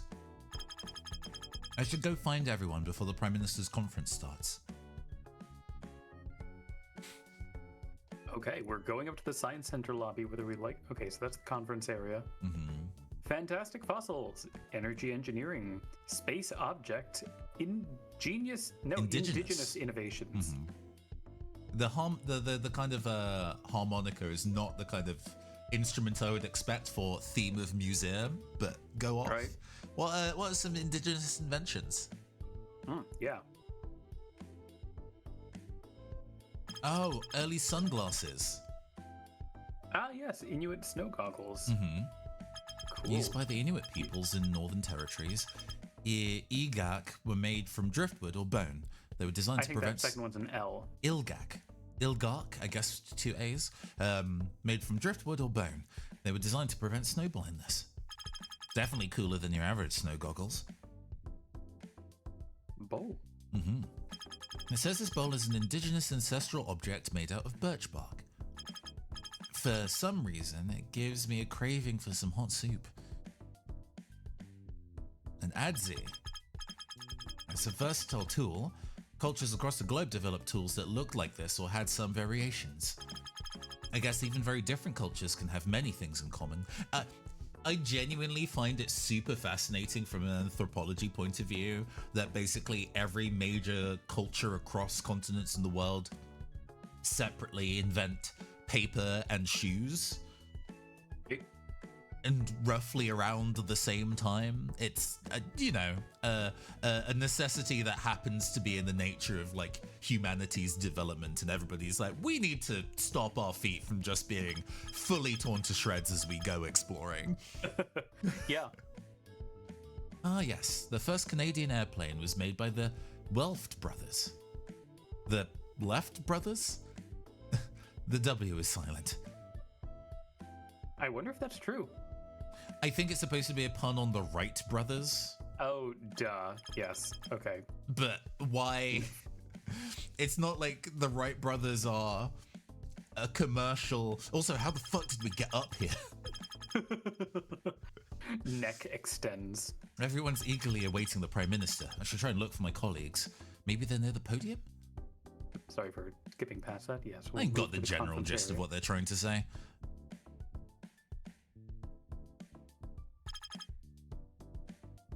Your phone buzzes. You get a text that says, "Look behind you." Ah!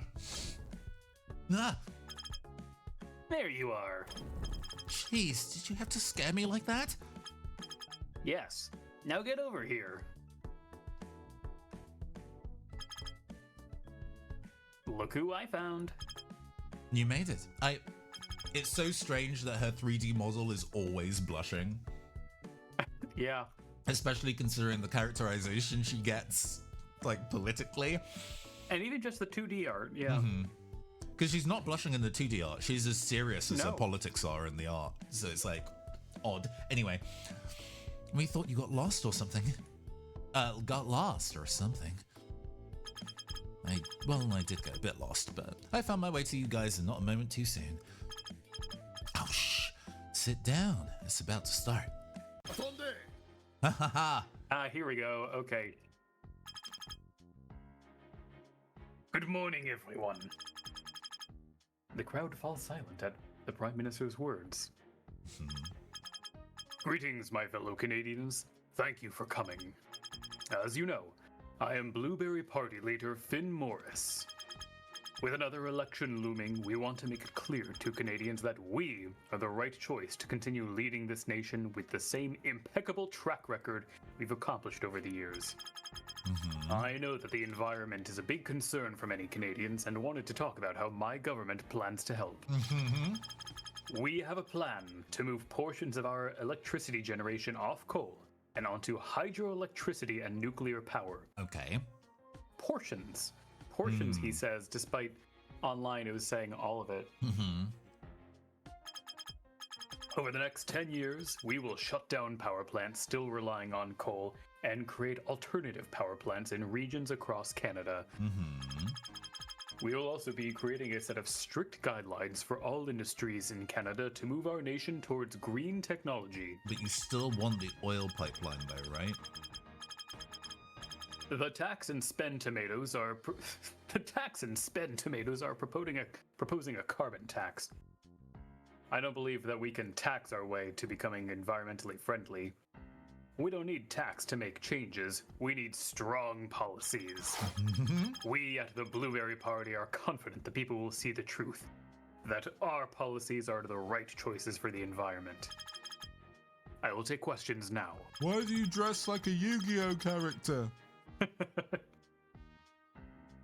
Next question. Several journalists raise their hands and their voices. Prime Minister Morris points to one of them. Mr. Prime Minister, what about our emission reduction targets? Cutting coal operations will definitely bring down emissions. Do you have any specific numbers? Our team is still working on setting up projections at this time. If the environment is to be a top priority for your party, what is your stance on the Cross Peak pipeline? The pipeline project is essential to boosting the economy of our country and create jobs. It needs to be completed. What about the environmental impact of the pipeline? Our experts have assessed the environmental impact and found it to be within acceptable limits. I guess this is the first journalist again. Could you clarify what you mean by acceptable limits? That's all the time we have for questions. Have a great day. Prime Minister Morris storms off from the loud flurry of questions. The loud Storms is an interesting word there. He was shook by that question. Shortly after, the crowd slowly begins to disperse as Prime Minister Morris departs.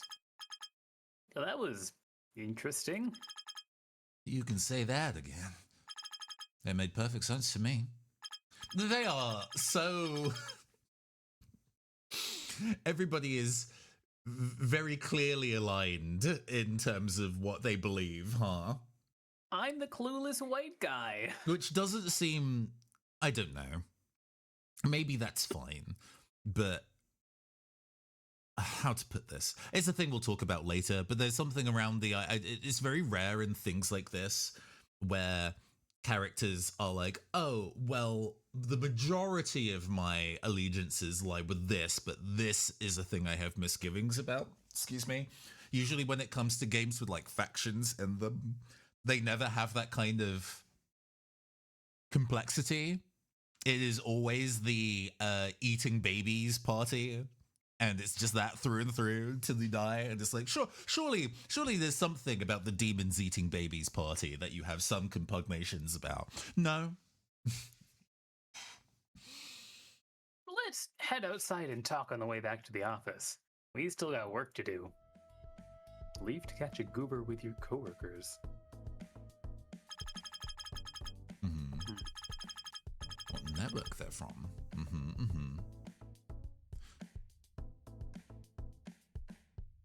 Ah, different types of energy. Solar panels, oil well, coal plant, wind turbines. I don't know how much we need to read about all of these. No, we understand what those are.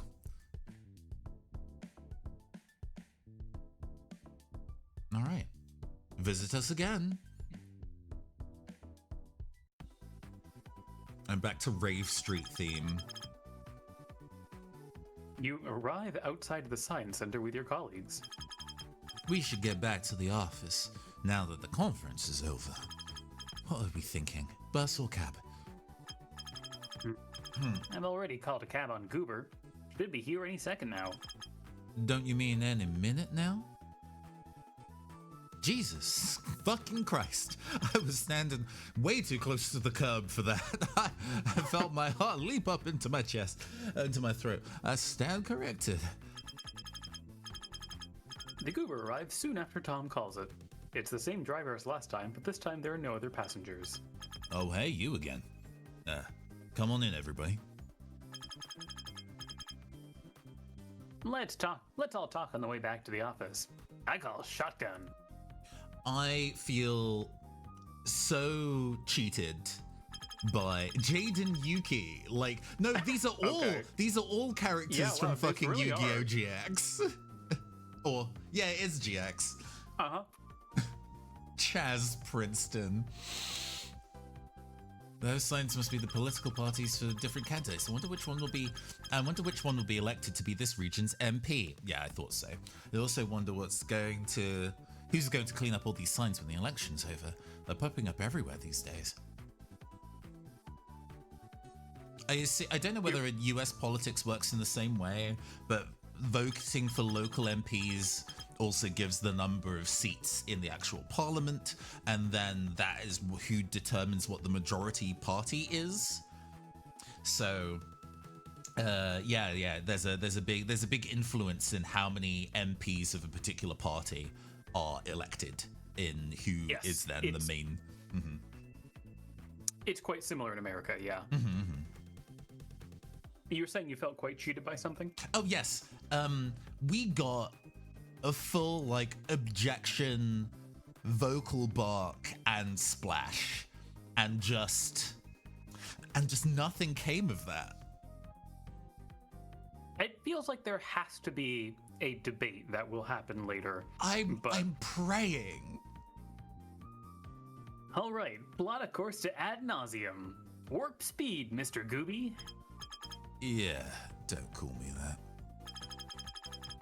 The whole speech sounded like they were trying to get votes from people who care about the environment without actually doing anything. Also, I'm horrified by my expression. What makes you say that? Kinda agree. They were unwilling to give us any real facts and figures. We've lagged behind every emission reduction target for the past decade. Lots of fancy words, but I was kind of hoping to hear more substance. Hey, you've been quiet back there. What did you think? I feel like seems shady. Seems shady. I don't know. The lack of proper information with the announcement does seem pretty shady. He seemed pretty annoyed to answer questions. I guess when they say climate change is inevitable, they mean regardless of what we do, which is not true. Right? And what was that Cross Peak pipeline they were asking about? I've heard of it, but I don't know much about it. It's a pipeline project to transport more oil from Alberta and to the coast of British Columbia to export.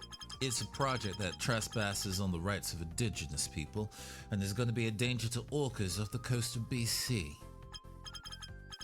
But it can't be all bad.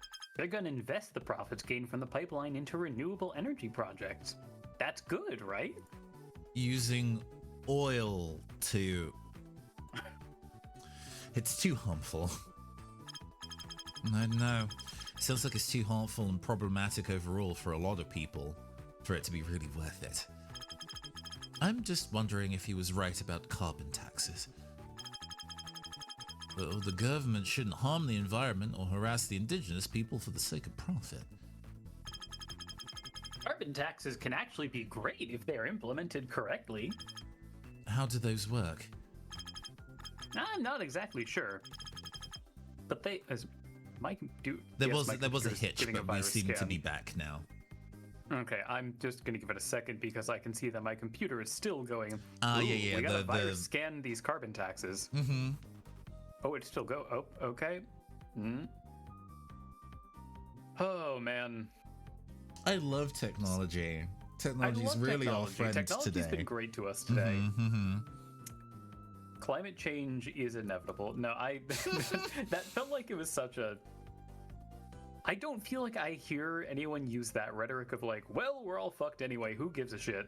I think we've moved, that was a specific mindset, but that feels pretty dated now. Yeah. I'm not exactly sure, but they tax fuels that cause more pollution and make it lucrative for people to buy and invest in cleaner fuels and technology. I mean, I think it's this is a political talking point that I actually, as a person, do not know too much about. On paper, it does sound like a good idea, encouraging people to kind of move to more sustainable solutions, but it also rings of like, was there a change in policy in the US to kind of switch to paper straws over plastic ones to reduce on kind of like... Yes. Mm-hmm. And that kind of like policy change makes it feel like it is the public's fault for the sustainable solutions, for the sustainable issues we're in right now, when really they need to be looking to like manufacturing companies and changing how because their output is so much worse than what any individual household will do in terms of footprint, right? So like carbon taxing whom is I guess my thought. I think my my temperature take on, I mean, I guess I want to, like, carbon credits are the big, like, you know, this is not it. Yeah, that I don't know what that is, actually. Oh, so carbon credits, it's basically the idea of, like,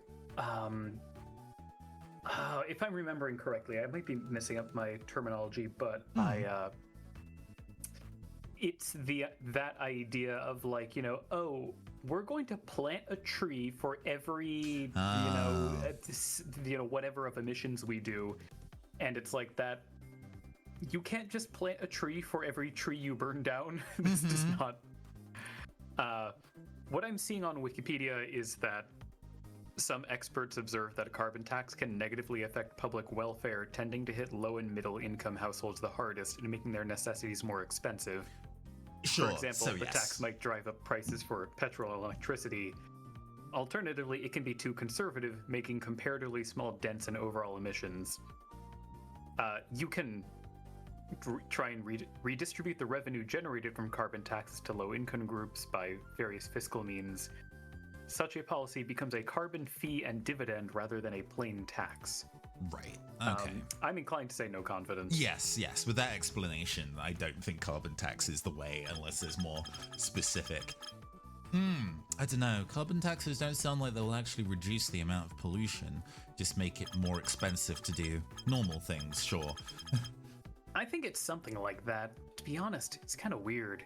You'd be better off asking someone who knows better. I mean, if people are suggesting it, then there has to be studies on it somewhere, right? Well, I guess that means we'll have to read it on our phones and or laptops when we get home from work today. Well, there are, but... Okay, here we are. Just then, the cab arrives at your office. You all step out. We've reached our destination at maximum warp. Good piloting, Mr. Gooby. I thank you. The nation thanks you. The world thanks you. Okay. Have a nice day. I don't get paid enough for this. The Goober driver drives off. I wonder if it's an electric car. Well, it's been an interesting morning, but now there's work to do. Let's catch up later, everyone. Actually, it's 2023. It's not an electric car. The world thanks them, indeed. The number of signs in the street have increased as well. That's funny. Yeah, the density, the raw density. Tom was right. It's certainly been an interesting morning. But now it's time to get to work and to write more single sentences. I wonder if now we're going to be seeing some more tooth or more at least relevance in what we are working on. I mean, yesterday or last week, I suppose we got some information about the world and the circumstances, and then we got to build some sentences that specifically challenge our understanding of it. So, yeah, here we go. Yeah. Let's see. Ooh, real questions evaded. That's spicy. Yeah, I mean, kind of true though. Tories in Vale climate plan is true. I think that is a true sentence with a left lean. Yes.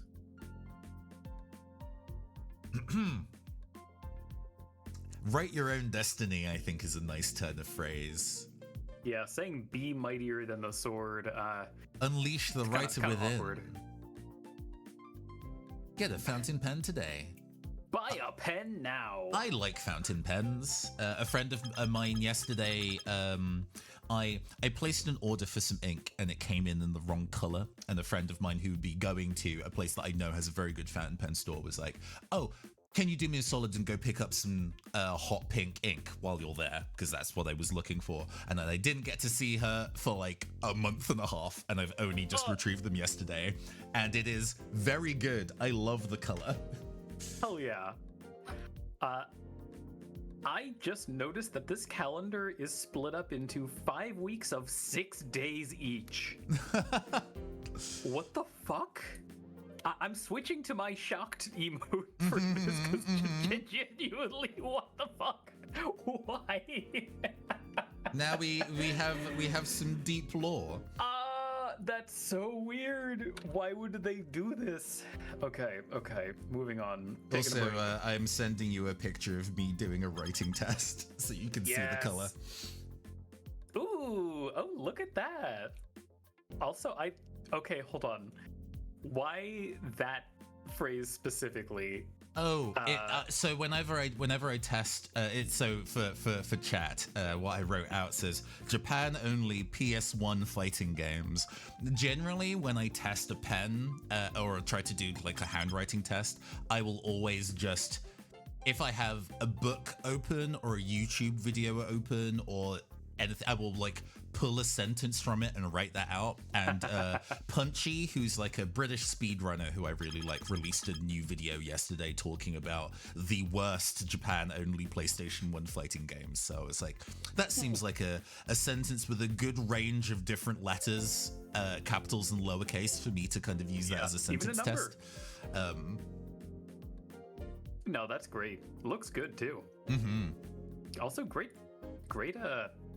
handwriting. My handwriting has improved. Genuinely, it's fully a sidetrack. A gig that one of the things I had to do for work was like a big competition of a whole bunch of schools, and we wanted to make sure that the top 50 schools had like a certificate that they could put up being like, hey, you participated. And so I had to handwrite neatly using a kind of like chisel tip pen the school names of all 50 schools.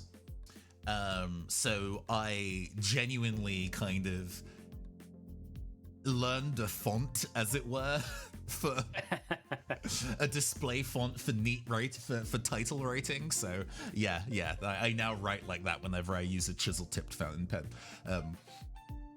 That's great. Hey, going on break? Me too. And I have the perfect prank to pass the time. You in? No. Bro, you are going to get reported to HR.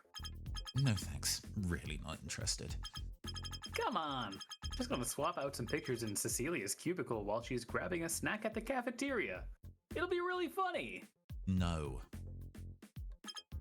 Really? No. Fine. I'll try to do it myself. It's gonna get fired. Yeah. The ambient mention of HR before didn't shake this man. Right? I mean, like, he seemed shook, and yet. My man Abdul.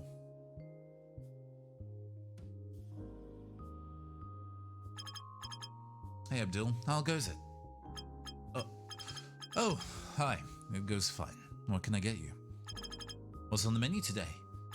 We have a BLT sandwich, fried chicken, and pea soup. What do you want to get today? Let's get that BLT. Get a little bit of a vegetable in us. Also, I missed the joke from Cruising. The Canadian government has gotten rid of Mondays, becoming Garfield. Just the idea of like shortening the work week by one day permanently by removing the idea of Monday. A BLT, good choice. One moment. We get to get your a BLT. Here you go. Enjoy. There is a little bit of typo proofing that might have needed to be done, but it's yeah. Thanks, Abdul. I am impressed with the number of 3D models in the game for a budget visual novel. That is impressive. Can't wait to dig in. I should go keep Cecilia company. Hey, Cecilia. How's it going? Huh? Oh. Hey. Sorry, I was lost in my thoughts. I haven't stopped thinking about the climate stuff. I am more interested in her thoughts than giving her the heads up that, What's on your mind? No, nothing. Though I'm wondering about my garden. I love plants and trees. They make me feel peaceful. I don't know how this climate stuff will affect it. Last year, a bunch of my flowers wilted during a heat wave. The bamboo outside my house is also wilted, even though it rained today, which is annoying. I'd rather support a government that actually cares about the climate, you know? I think Morris has done some good, but I wonder about his climate policies.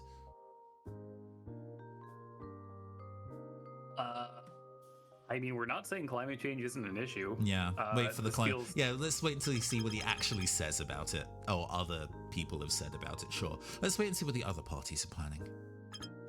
Yeah, I'm hoping at least someone takes this matter seriously, for all our sakes. Anyway, I've been here long enough. We'd better get back upstairs. Tom is pranking you.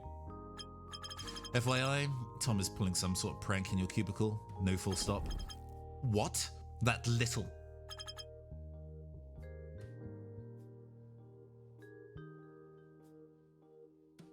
Tom has just been fired. We don't see him for the rest of the game. If they model him with a black eye, 10 out of 10 game, all things forgiven. Looks like there's some commotion at Cecilia's desk. Tom. Oh, but hi, Cece. What are you doing here? Nothing. I was coming to see you, but didn't see you, so I decided to wait. Oh, okay. Could you scoot over? I'd like to sit down. Now. Oh my god, I don't know if to laugh or cry. All the pictures she had of her family on her desk have been replaced by pictures of Steve Buscemi. Oh, so real people are allowed to be name dropped, huh? Yeah, interesting. It was a prank. Okay, haha, very funny. Put my pictures back. This is your last prank on me, Tom. Do you understand what I mean? Yes, ma'am. I guess it's not a prosthetic, now that we see a full shot of her hand. I think because it's got the, though I guess it's down fingerless at the end, and the fingers are flexing, so maybe it's a brace? Like a compression. That's what I was wondering, yeah. Good. Tom looks down and begins to put the pictures back. With that out of the way, let's get back to work. Sentences. All right, let's head to the finish line. Assault the cavities. Say ta-ta to ta-ta. I like that. That's good. Yeah. With the power quinoa. Incorrect. I would imagine the freshness of mint. Your teeth, well, thank you. Brush today, keep the dentist away. There is charcoal toothpaste, but it's definitely a specialist thing. You shouldn't just use that Ah, the Labour candidate. Protect the future.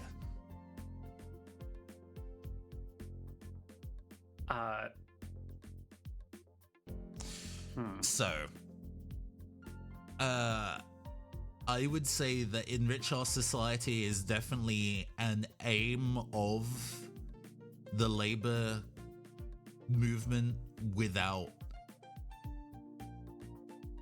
I suppose if you were being cutthroat, you would say relief for the middle class, but that's an absurd thing to say. Yeah, and And Candidates Forever is just so jingoistic. I hate that. jingoistic, yeah. So I guess we're going with enrich our society. Mm-hmm. And to be honest, in the sake of fairness, I think this should also be vote tomato and not the person. Yeah. Interesting that the Labour Party have also sent us money to do their advertising. Well, today was certainly an eventful day.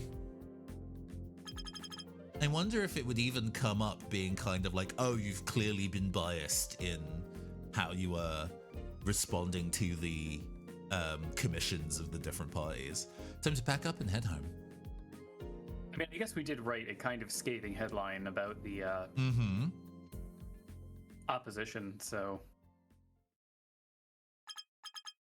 Well, that was an interesting day, to say the least. You don't need to keep saying... Interesting. Like, well, that was interesting. Well, that just happened. Yeah. The conference from today seemed like a big deal. I wonder what the other people thought of it. Guess it won't hurt to look into it a bit while I chill. We can look up social media first, since we were deprived last time. And I know you love your flitter. Remember when you went outside and the heat didn't make you melt? It was me, Barry. I closed global warming to make it hot. I see. I've been a weatherman for the past 20 years, and I can attest that the climate has been changing. We have logs dating back decades to prove it. Mm-hmm. Willow is getting her own show. Forest on Fire again. Oh yeah, because that came up while we were at Gen Con. So there's still an issue 2 years later.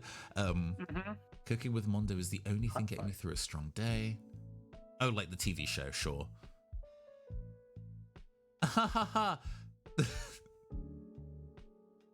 Christ, Snide. Yeah. Mm-hmm. We can't wait to show you me next recipe. Me hope that every puppet tunes in to Cooking with Mondo tonight. Oh, tiny chef, I understand. Raising money for climate awareness. The more you retweet, the more awareness will spread. Rat peon. Rat peon. Mm-hmm. Baking, farting in an elevator. Wrong on so many levels. Oh my god. Everybody is a fan of Cooking with Mondo, huh? Do we want to watch an episode of Cooking with Mondo today? Oh, fuck it, yeah. Oh, Zucchini's also unveiled their climate plan. Ah. Do we want to look at that? That is more important. That is probably more important to know that.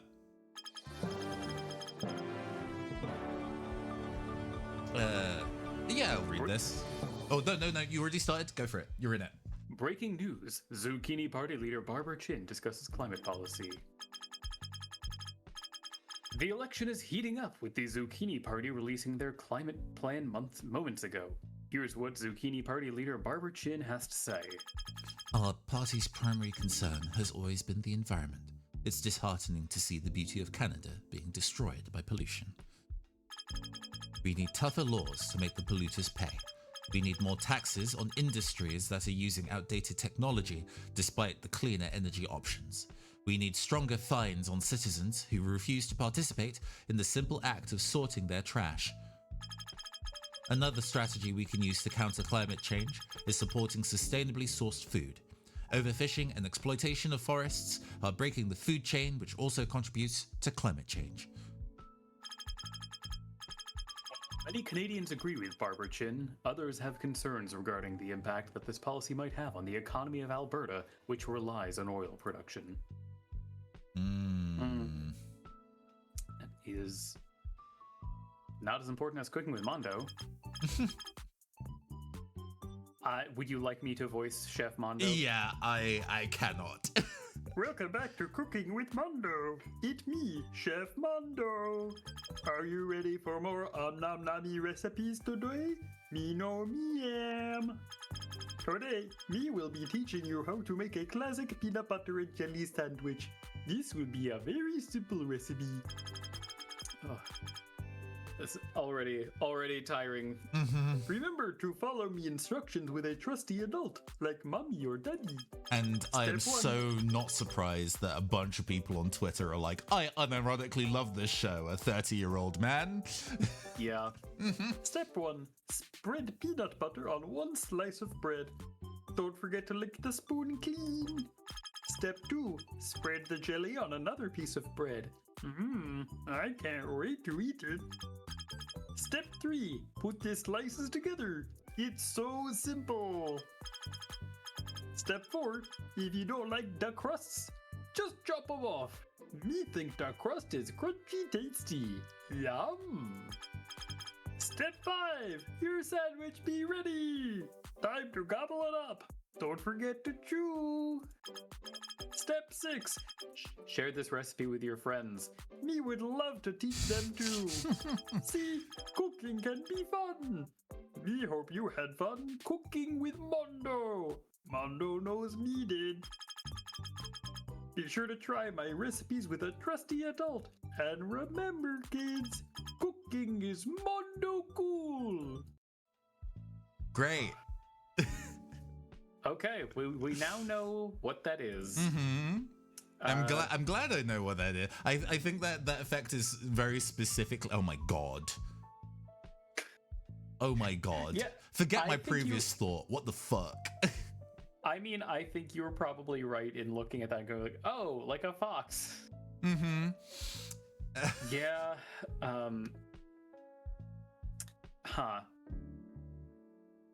Do we want to see another take on? I mean, that's I guess seeing it feels like it's going to be the same information, but I guess a different framing. Probably. Let's see what news is available on this trending regime. Accidentally. Cruising says, I always find it interesting how the icon is bird for the society. If you told me only a few years ago that Twitter would change its name to X and not have the bird icon anymore, I would call you crazy. And it's interesting to see that reflected a lot of fake social media apps and games. Yeah, true. I remember the Somnian fans having Twitter. And Nile instead of line. Yeah, that's right. Oh gosh. Let's see.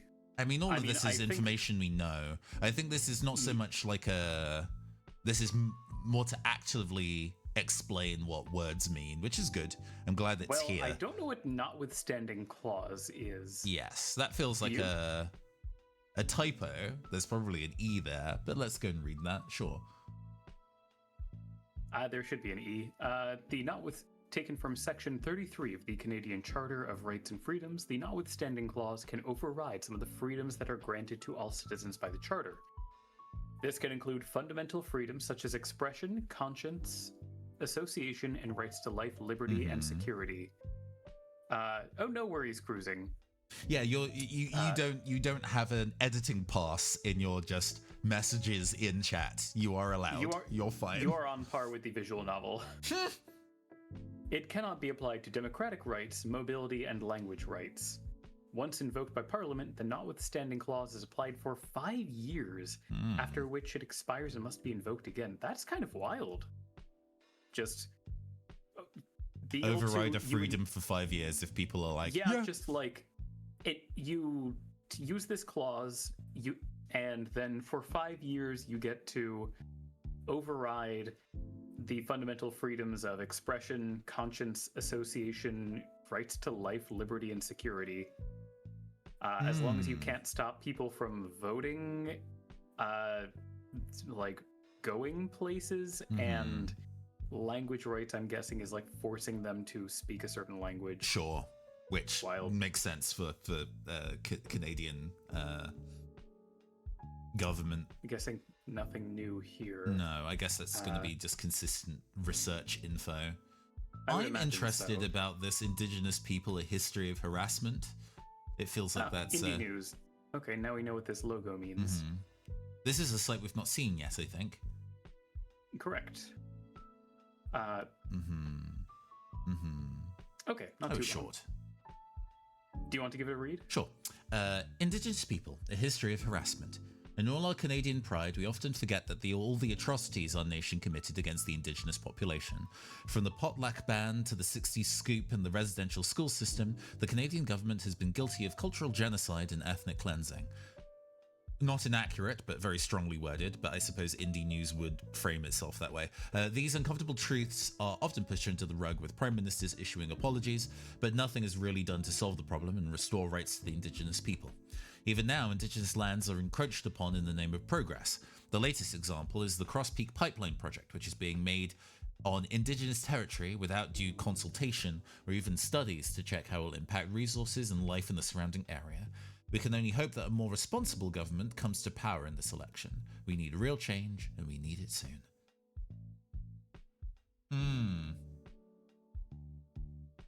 We can't check out their privacy policy. Damn. Or follow them We can't click on this ad. Damn. And we can't follow them on Flutter. Sad.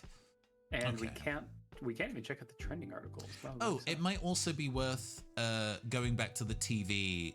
The Red Party also have their climate article.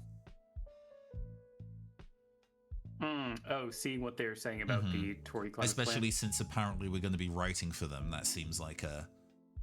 True. Breaking news. Tomatoes slam Phil Morris's climate plan. Good evening and welcome to the Evening Report. Following the unveiling of the Blueberries climate plan this morning, the Tomatoes were quick to shoot a retort in their own press conference. Tomato leader Landon Lavoie had this to say. Do you want to voice him, or shall I take another Sure. boisterous old man? The climate plan revealed by the Blueberries lacks detail for very good reason. They said that they want to move away from the coal for electricity generation. That is the core of their plan. The truth is, only 9% of the total electricity generated in Canada comes from coal. Ooh. Yes, we too want to move away from coal, but more efforts are needed if we want to make any real difference to climate change. So it's just an empty policy, sure. We will be unveiling our own plan soon, but make no mistake, the Blueberry Climate Action Plan is a sham. The Tomatoes and all the other parties claim they will reveal their plans soon. It feels like a bad call to go first. Like, clearly somebody has to, and I guess the Tories want to kind of strike first to pull people back from that vote of no confidence as quickly as possible, but being open to a retort from literally every other competitor when there are 4 of them feels risky. The climate policy is said to be one of the most important pieces of this year's election. This is going to be an action-packed election campaign, and the first shots have been fired. And I guess technically we get a last one, but who knows? I'm kind of curious because if we go to the menu and then glossary, we can see definitions the ones of we've things. looked at.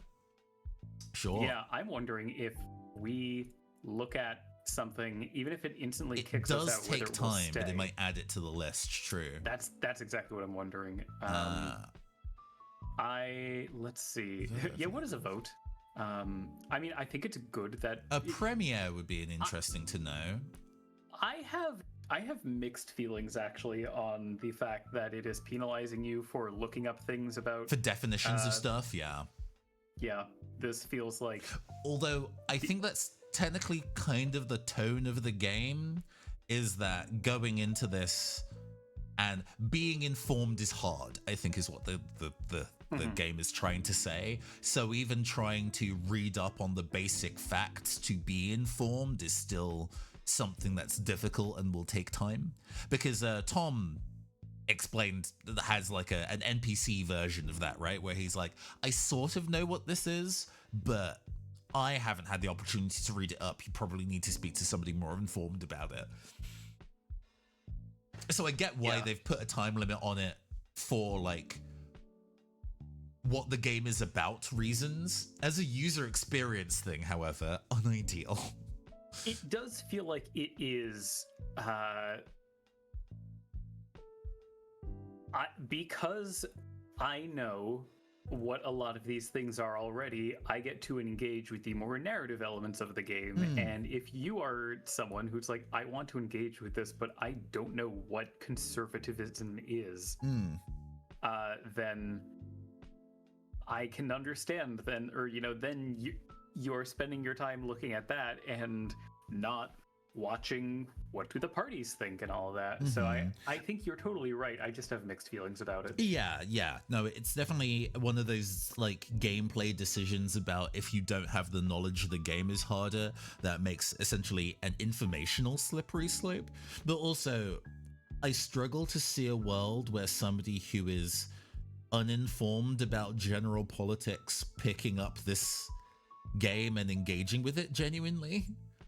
It would be nice. It's a nice idea, but yes, if that was the case, I would imagine a lot of these terms would not be necessary. But okay, so we do get to read this. A premier is the head of the provincial government and the leader of the party that controls the most seats in the province's parliament or legislature. Okay, so an equivalent in other nations might be called a governor. Okay, that makes sense.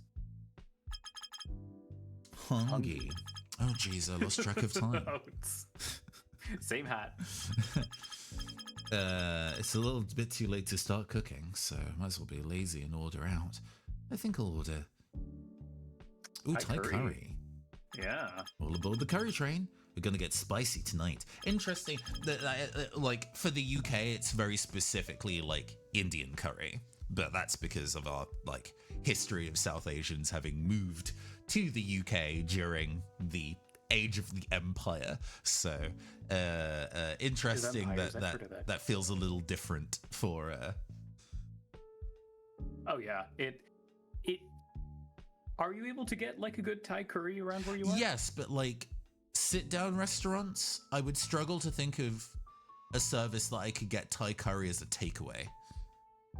Oh, interesting. It's probably doable, but it's not something that's common here. Nom, chew. Ow. Oh wait, that's you. Huh? Wow, that curry was delicious. My teeth are damaged though. Medical bills. Well, something's really off with my teeth. I don't know how much it's going to cost me. Well, it's getting late. I better hit the hay. At least I don't think I have any big conferences to go to anytime soon. Just phone as the screen fades out. Have you considered phone? Phone. 1 week later on a Thursday. 7 a.m. Still not used to setting my alarm to wake me up. Sorry, go ahead. No. I'm just making a stupid ass reference to Friday by Rebecca Black. Waking up in the morning, not feeling like P. Diddy anymore. Times have moved on. Still not getting used to setting my alarm to wake me up much earlier, but I can't have a repeat of the conference incident from last week. Better get up and slam some breakfast. I don't know if my situation is common in America or if I just somehow went through life without finding out what is what. But for me, I never even knew curry was a thing until it was a big thing that you made in Pokemon Sword and Shield. Oh, that's funny. I mean, you know, South Asian style curry is obviously a bigger deal when you have South Asians in your life, like in your general neighborhood and things like that. But also, the curry that's in Pokemon Sword and Shield, even though obviously it's supposed to be like fantasy UK, that's Asian style curry, what you make. Yeah, that's yeah, that's interesting. Cruising. I wonder like what part of America you're in, but also I know that like my parents are white and not terribly adventurous when it comes to food, and it was only really when I went to college that I had Thai food. And like now, you know, me and my boyfriend are both fans of Thai, so we will go, and that's like generally if we're looking to eat out, and the question of like, oh, is it somewhere walkable so we can get drinks is not in the equation, then we're probably going to go for a Thai place. Slam some breakfast. Omelet for the protein, probably. Sure. No, I'm not saying that. Good and balanced breakfast is important. Well, I'm up pretty early, so I guess I can make my time before I leave for work. You're just going to be late. You're just going to be late. You could just go to work early.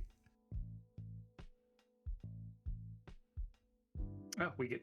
Okay, so... 3 options, I see. Oh? Oh, Christ. Okay, well, there is indeed... So, chat, when I was going to post in various Discords about this stream, I was like, I'm trying to think of a zinger to throw in about Canadian politics, and all I can think of is the horrible blackface Halloween costume that Trudeau did, and I don't want to reference that. But he's done more than once. Wait, really? That was a long-standing thing? I'm pretty sure there are two, because he's big on costume parties. So there's been more than one instance. One was specifically like an Aladdin brownface one. Yes. And I'm pretty sure there's been a second. Christ. Also, a fun fact that he did relatively recently, a like family holiday to India, and there was like some back and forth in terms of like, I don't know how we feel about this, in like dressing in street cultural clothing, which is like, you know, hey, you're going to India, you can buy those clothes there, and it's the clothes that people are wearing on a day-to-day basis. That's normal. The fact that it's a matching outfit with his entire family, that makes it weird. That's weird now. That does make it weird. I feel like we should look at election poll reports. Okay, I think that's... Oh, no, it's an internal thought, so that is me. The election shift... Oh, no, that is the wrong text box. This was The election proofed. is shifting once again as we bring you the latest poll numbers. Finn Morris's poll numbers have fallen this morning since the red-face scandal yesterday. Right now, polls say the Blueberries have about 25% approval. That's wow, Zucchini high. is... Oh, right. That's true of the Green Party in general. They are stragglers. Oh, I mean, like, I figured that they would not be the number ones, but it was just kind of interesting seeing, like, who is...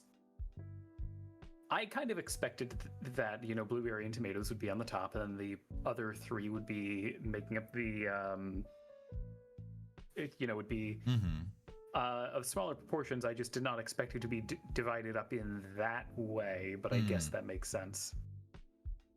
Landon Lavoie's Tomato Party is holding steady at around 30%, doing slightly better than the Blueberries. Sarah Sappho and her Oranges are trailing with an approval rating of 20. Major Mask and the Bagel Québécois scored very high in Quebec, but only worked out to 19% national approval. And finally, Barbara Chin and the Zucchinis are last with a rating of 6%. It's still pretty early, so it's hard to gauge how the red-face scandal will rock the polls. There are just under 5 weeks left until the election, so these numbers might change a whole lot. I need to hear about breaking news, because I'm just doing a quick check that there's... Now they think... Huh? What the hell was that? Never mind. Okay, yes, back to this. Love that the laundry is something we can always stare at and never... yes. So, which Finn Morris and Redface and the refugee crisis, I think, are... And this morning, old photos of current Prime Minister and Blueberry leader Finn Morris were making rounds on social media. The photos show him wearing an indigenous headdress and face paint. Oh. The photo has been trending with the hashtag #Redface. And we go to our political specialist for his comment. While this will knock down Finn Morris's poll numbers in the short term, there's a fair bit of campaigning to go. I'm sure this is just the first of many scandals that we'll be seeing before the election is done. The election is sure to be full of many twists and turns yet. We'll bring you more reports as it happens. Coward, show me the edited 3D model. Right. I mean, I guess it would be like, talking about the racist thing and then just showing it would be inappropriate, but also it would be gauche, but funny. Like, would I be laughing at it or with it? Unsure. We interrupted this program to bring you a special news bulletin. The President of the USA made this announcement this morning. Refugees and immigrants are taking our jobs and using our facilities. They have become a burden on America. I say we should stop this. I'm signing a new executive order which will stop the renewal and the visa extension of all the refugees America took in over the past decade. We helped them when they were in need. Now it's time to take care of themselves. We interviewed some of the refugees who will be impacted by this decision. Many hope that Canada will prove a refuge for them. How Canadian politicians react to this remains to be seen. As details are scarce, there are also some concerns as to how it might affect non-refugees in the US under a work visa. International relations may become a new point of contention in the upcoming elections. And now, the weather. Refugees were not on my morning bingo card. I wonder what else is on. What does that mean? Like, I mean, you know, I had a meet cute on my bingo card. I had the reveal of Ridley and Smash on my bingo card, but I didn't have refugees. So yeah, fucking red-faced direct. Direct to you. I better finish getting ready and catch the bus. He puts the headdress on and makes the Nintendo Switch as it lands on his head. Awful.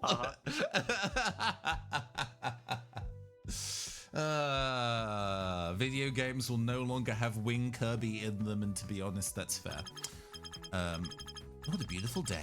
The sun is shining, the birds are singing, and little kids like you, something or something something. I didn't play the No Mercy route in Undertale. And the bus better not be trying to leave me in the dust today. Yeah, no, Undertale would have been out long before this, so oh yeah, I better get over to the bus stop. Yeah, it fucking Iwata Sakurai for the zucchinis over there. Jean Cereza, like, all right, this developer likes video games. What other? A bit of a gamer. Wow. Bit of a gamer. Which has its own political implications, but... The Yu-Gi-Oh! GX candidates is genuinely really funny. Oh, hey, there was our ad there on the side of the bus. God, when the 3D models are squished like this, it's so weird. Why?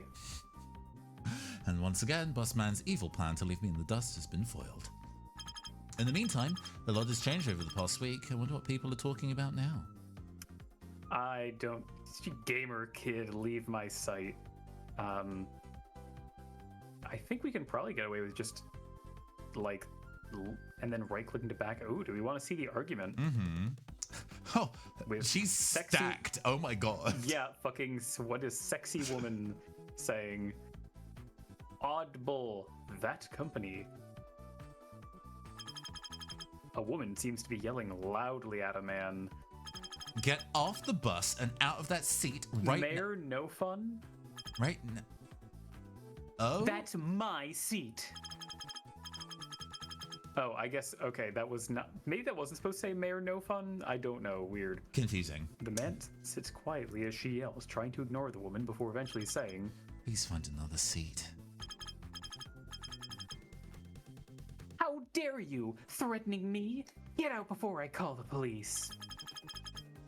Oh, Christ. Okay, so, yes, she is racially berating this man. I think on the nose to make them the color models that they are. They could have just been any color, and you were being so pointed.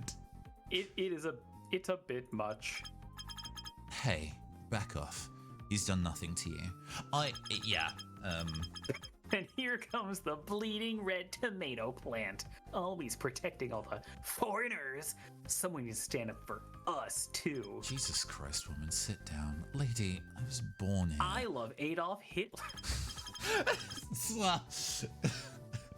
Like, oh wait, maybe I should not say this on someone else's Twitch channel. This was clearly a joke at this caricature's expense. Hey, I'm sure Hassan says shit like that all the time. True, yes. Fucking hell. I don't want to yell this. Rid the nation, huh? Get a life or get off the butt. So, okay. Okay, so real talk.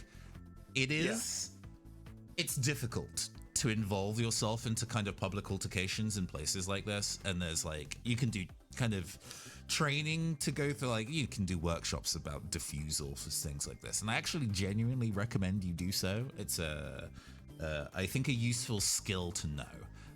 I've not even as a brag thing, it's just because it's relevant here. There's been one or two instances of like sexual harassment and agreement on like public transport that I've intervened myself in before, and generally the advice to diffuse is to insert yourself like you know the person who's being aggrieved and strike up a conversation with them directly that entirely excludes and ignores the aggressor, to just remove the momentum from the conversation, right? You kind of involves like, oh my god, I've not seen you in forever. How are the kids? It's been forever. Being like, oh, sorry, I haven't seen them in forever, and I really want to catch up. I'm sorry to interrupt. And then you just kind of like freeze them out of the convo, and that tends to help more. If you get aggro at the person who's being aggro, they will usually elevate. In this instance, we're dealing with a white woman. She's unlikely to try and physically throw hands. I don't know. She's reeling back like she's ready to deploy like racism beam. She's about to bust a wolf. Yeah. But we've got better footsies, so it's fine. Are you okay? Seriously, what is this woman's deal? I'll get you all. No one disrespects Karen Fjord. They really were like, how can we establish that she is white? And gave her Fjord as a surname. Like, okay. The woman glares at you and is outraged as she runs off the moving bus. And is called Karen, true. Thanks for the support. I appreciate it. Not to do much about that. Don't mention it. Can't believe people like her still exist. You'd be surprised. It doesn't surprise me one bit. It does, like, yes, that was a caricature, but also I am a little surprised of how all five of the political parties are, none of them are nearly as like jingoistic and just like as the right-wing party, who are just thoroughly unhinged. Yeah. I'm curious if there's going to be a turn later. I don't think so. I think this is just going to be this for all. Because I get like desperate times call for desperate measures, and if you want to try and appeal to the general populace to make a change, it's kind of like anything but the prevailing fascists is like, for some people, just the strat. But yeah, it feels a bit weak sauce to be just kind of like, well, all of the others are better than this. Yeah, I don't think it's trying to say all of them are better than crazy racists like Karen Fjord, but it does feel like it is, I think maybe in an attempt to make the political like conflict feel more nuanced, having the parties all play nice respectability politics and not do the kind of like mask off, Canada first kind of shit. That it's surprising, like it's surprising that none of these parties are appealing to what in 2023 was a pretty sizable, like, there are nationalists in Canada who fly the oh Christ, what is it called? The like the Confederate flag, the like the flag of the Confederate Party or the Confederate of the American Civil War, because it is so tied in with like ultra-nationalist fascism, that despite the fact that it is irrelevant to Canada. Yeah. They'll back anything that it feels like it will reflect their nature, even if it's not even at all accurate to their circumstances. Anyway, this is my stop. Thanks again. Take care. What do we think are the chances that, Act 3, we're in desperate crisis, and then mysterious stranger, like anonymous brown man appears to save us, pay us back to be like, That would be so disastrously close to the magical Negro trope. I hope not. Yeah, God. You wonder why you were the only person that stood up. It says thanks for helping in the corner. That's nice. Yeah, we got a Steam achievement for that. Isn't that nice? Do we want to take a look at these? Let's see. The newspaper of the sleeping passenger. Yeah. Sure. I see. There's something about the Prime Minister. Also, Sparky's Auto Emporium. Damn. A man is sleeping on his seat. A newspaper spread across his chest has a picture of Finn Morris. You also see an ad that says Cross Peak Pipeline continues. Tories unveil climate plan. Real questions evaded. Oh, that's our advert. I wrote that. Okay, not helpful. Anyway. The talking passages? Yeah, let's check out the talking passengers. I should see about getting myself a gun. Oh, sorry, the other way round. Absolutely. Yeah. Oi, mate, are you daft? What do you need a gun for? Should I be worried? On the news, they said someone got mugged the next town over recently. What if that happens to me? If I get mugged, I need to defend myself. Well, as a Brit, don't you know that you got to use a knife instead? Our knife crime rates are absolutely fucking unhinged. That's changed as of late, but no, because in like early 90s, like the laws were passed to just make it just generally illegal to have a firearm. As a result, knife crime went through the roof. Next best thing, yeah. Yeah. Well done, bruv. Do you even know how to use a gun? You probably don't have as many killing spree issues.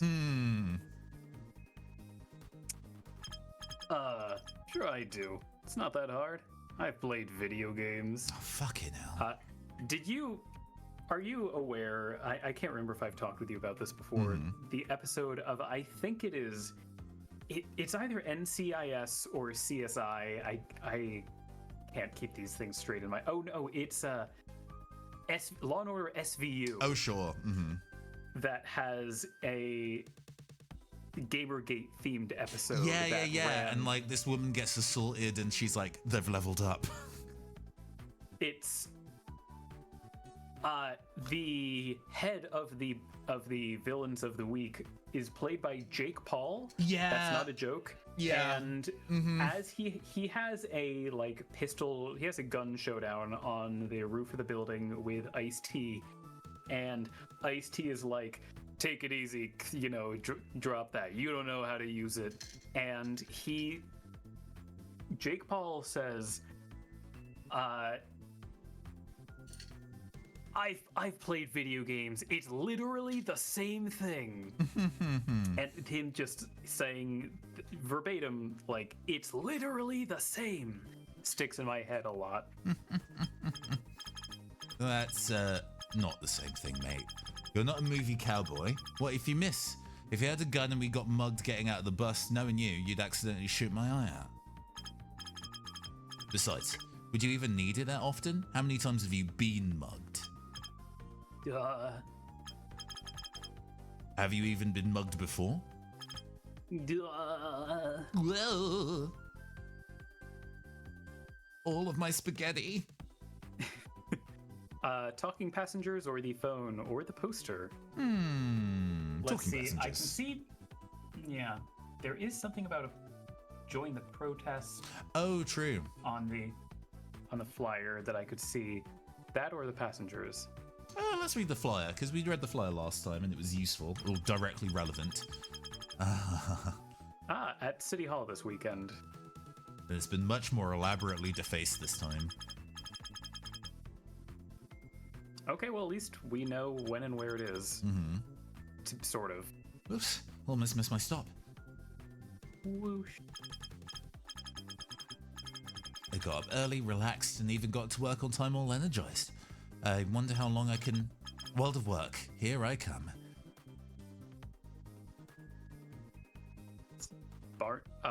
Barn rubble, like Flintstones? Barney Rubble, sure. Mm-hmm. I wonder if he's trouble. Hey, that's kind of fun. Okay, I think this is the first one that I've liked off this asterisk there. That's good. That's good.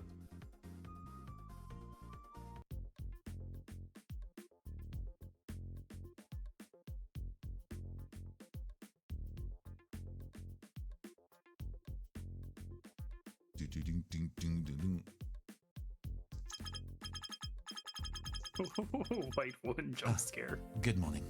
I'm glad you're in. We've been assigned to work together on a new campaign. It's a bit of an emergency.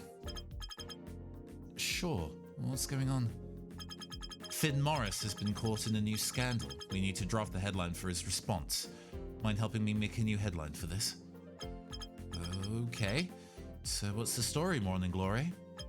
So, someone found and put up pictures of Finn Morris wearing an indigenous headdress. So, you know how I kind of talked a little bit about like a visual novel design before in terms of like flags to prevent information we already know from repeating itself, or Yes. acknowledgements of such? It'd be nice if during this explanation, even if we get the same sentiment, ultimately, the main character says, "Oh yes, I saw all about that on TV this morning." Just to be kind of like, "Oh yes, the game has rewarded me, even in a small way, for actively following the thesis statement of this game and paying attention to current affairs of my own devices." But anyway, someone found and put up pictures of Finn Morris wearing an indigenous headdress. From what I've read, wearing one unless you have earned it is a sign of great disrespect. True. The photo is trending on social media with the hashtag #RedfaceScandal. Well, it was just Redface before. He's put out an apology statement, of course, but one of our clients is drafting us to help frame the story. Think you can do that on top of your other work? You're a lifesaver. What did the client say specifically? What's Tamika up to? Sure.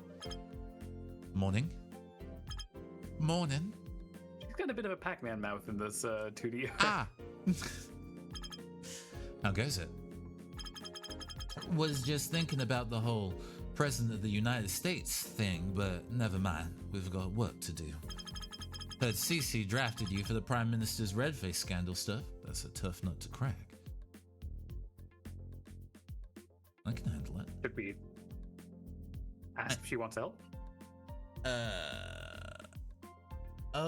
I mean, it is, I think, a thing that we can handle. Mm-hmm. Okay. Don't worry about me. I'm sure I can think of something. I know you can. I mean, like, yeah. Here we go.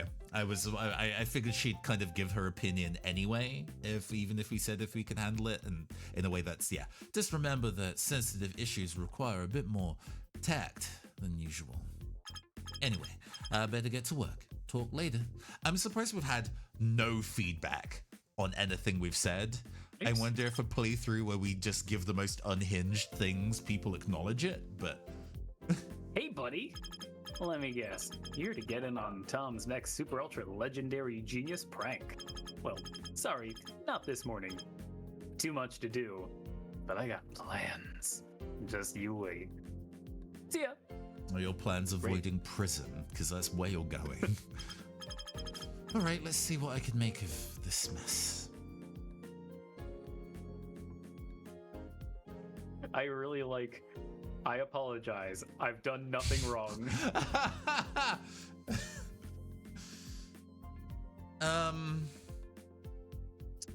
So what the fuck is this? Why are we writing his apology? Yeah, this makes no sense. No. I think...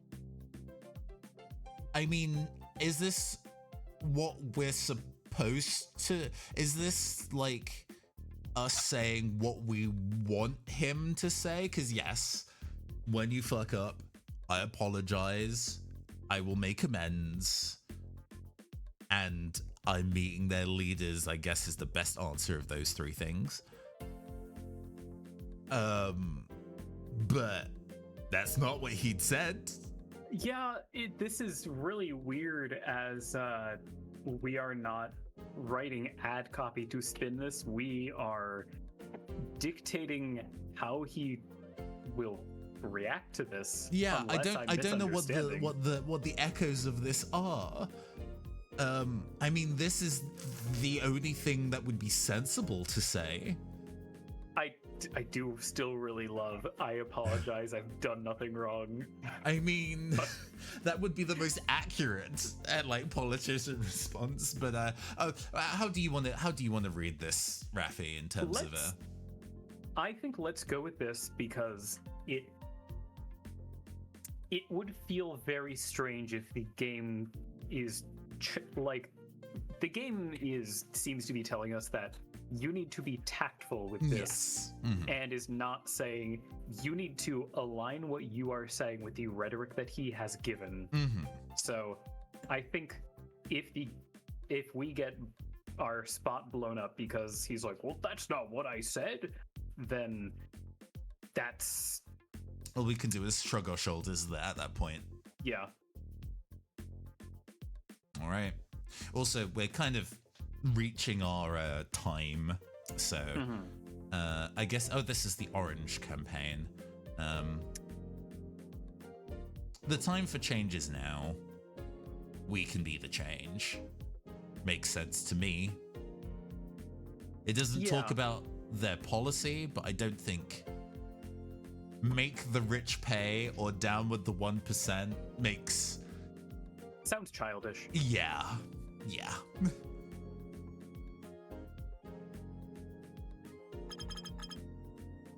And that takes care of that. Hey, Cecilia, what do you think? Oh, thanks for helping me out. This red face thing would have been a tough one to crack by myself. I guess you've now got somebody to give you some plausible deniability. Well, he wrote it.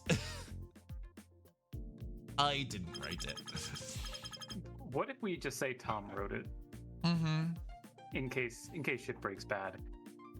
Do we want to have this? We'll have lunch with the coworkers and then wrap there? And then wrap up from there.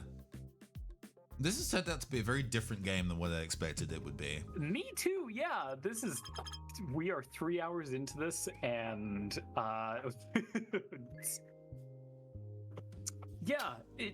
interesting. Yeah, we're 3 hours into this, and it's time to scarf down some lunch. Yo, A-Dog. Abdul was shaken. Very close. Not much, but you're late today. I only have cheeseburgers left on special. Sound good? Sure, I'll take a nice burger. I didn't say they were nice.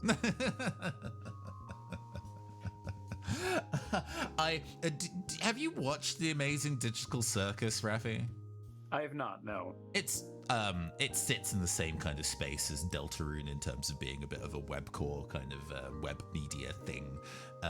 There's a bit in the most recent episode where the game master character that is putting all the other characters through torturous virtual games to play has gotten bored of giving them custom adventures and has just put a bunch of guns in the room and says, hey, shoot each other. And when the character goes, so is that what the adventure is? You've just given us a bunch of guns so we can just shoot each other and have fun? And he says quite flatly, I didn't say have fun. And that sticks with me as a oh, what do you mean? We're just going to go and play this tabletop RPG and have fun? I didn't say have fun. Excellent. Give me a moment. A cheeseburger. Capital C cheeseburger. All done. Here.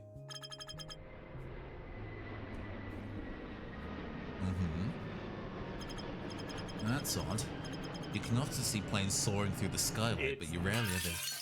What the fuck? Oh no.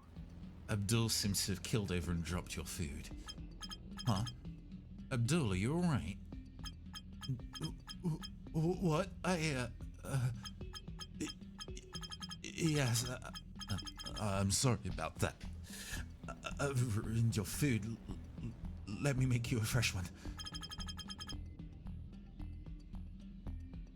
Abdul works quickly to make you a fresh burger.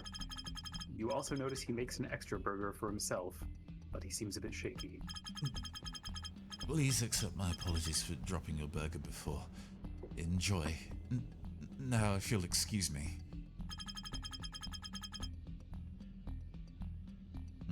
Abdul immediately goes on break with his burger and prepares to go elsewhere. A check on him. God, what? Hey, Abdul, you sure you're alright? Yes, I'm fine. Invite him to sit? Since you're taking a break, why don't you join me and my colleagues for lunch today? Are you sure?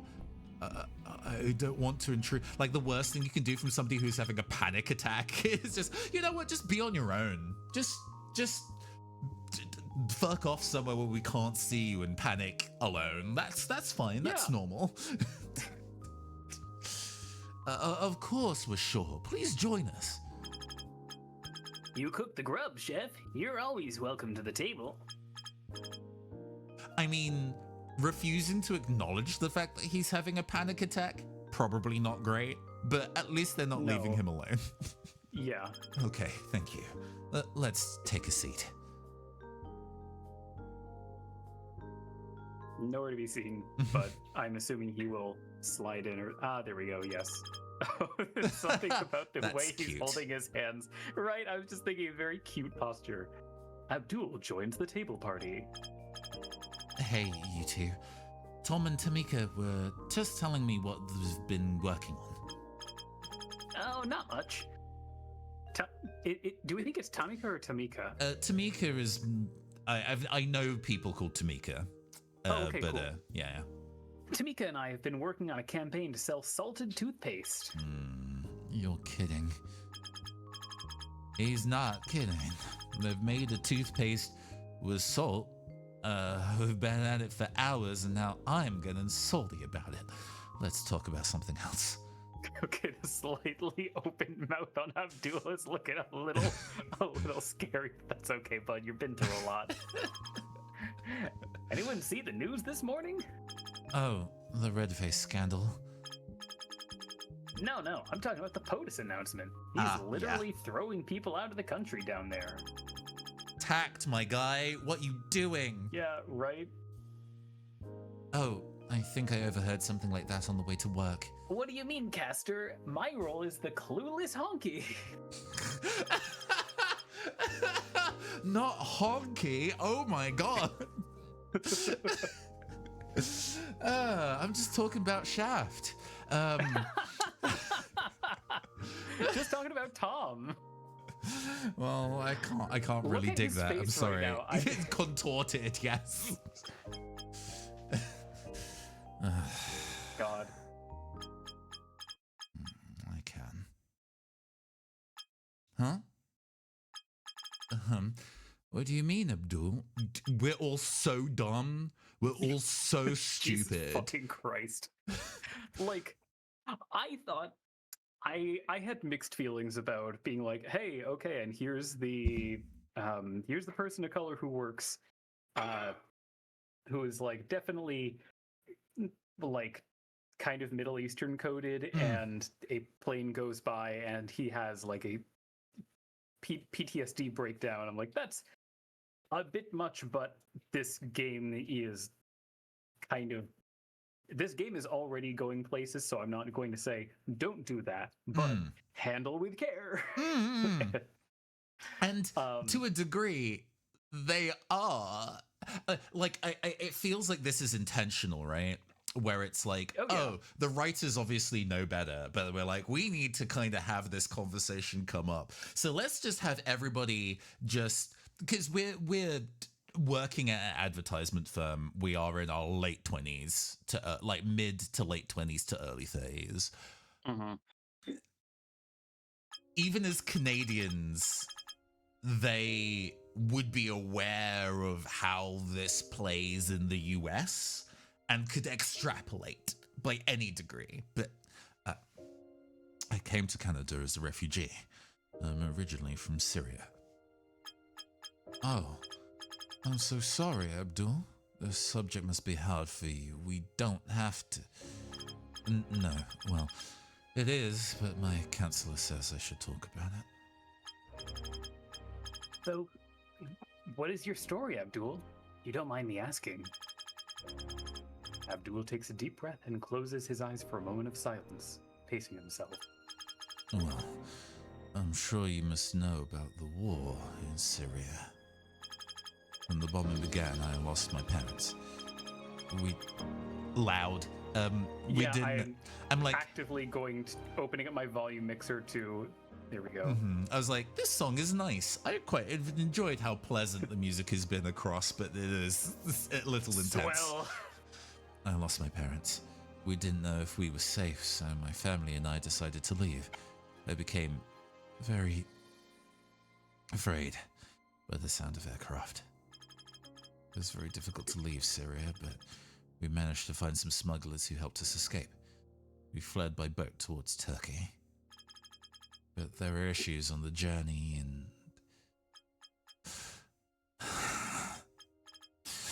my wife, my son.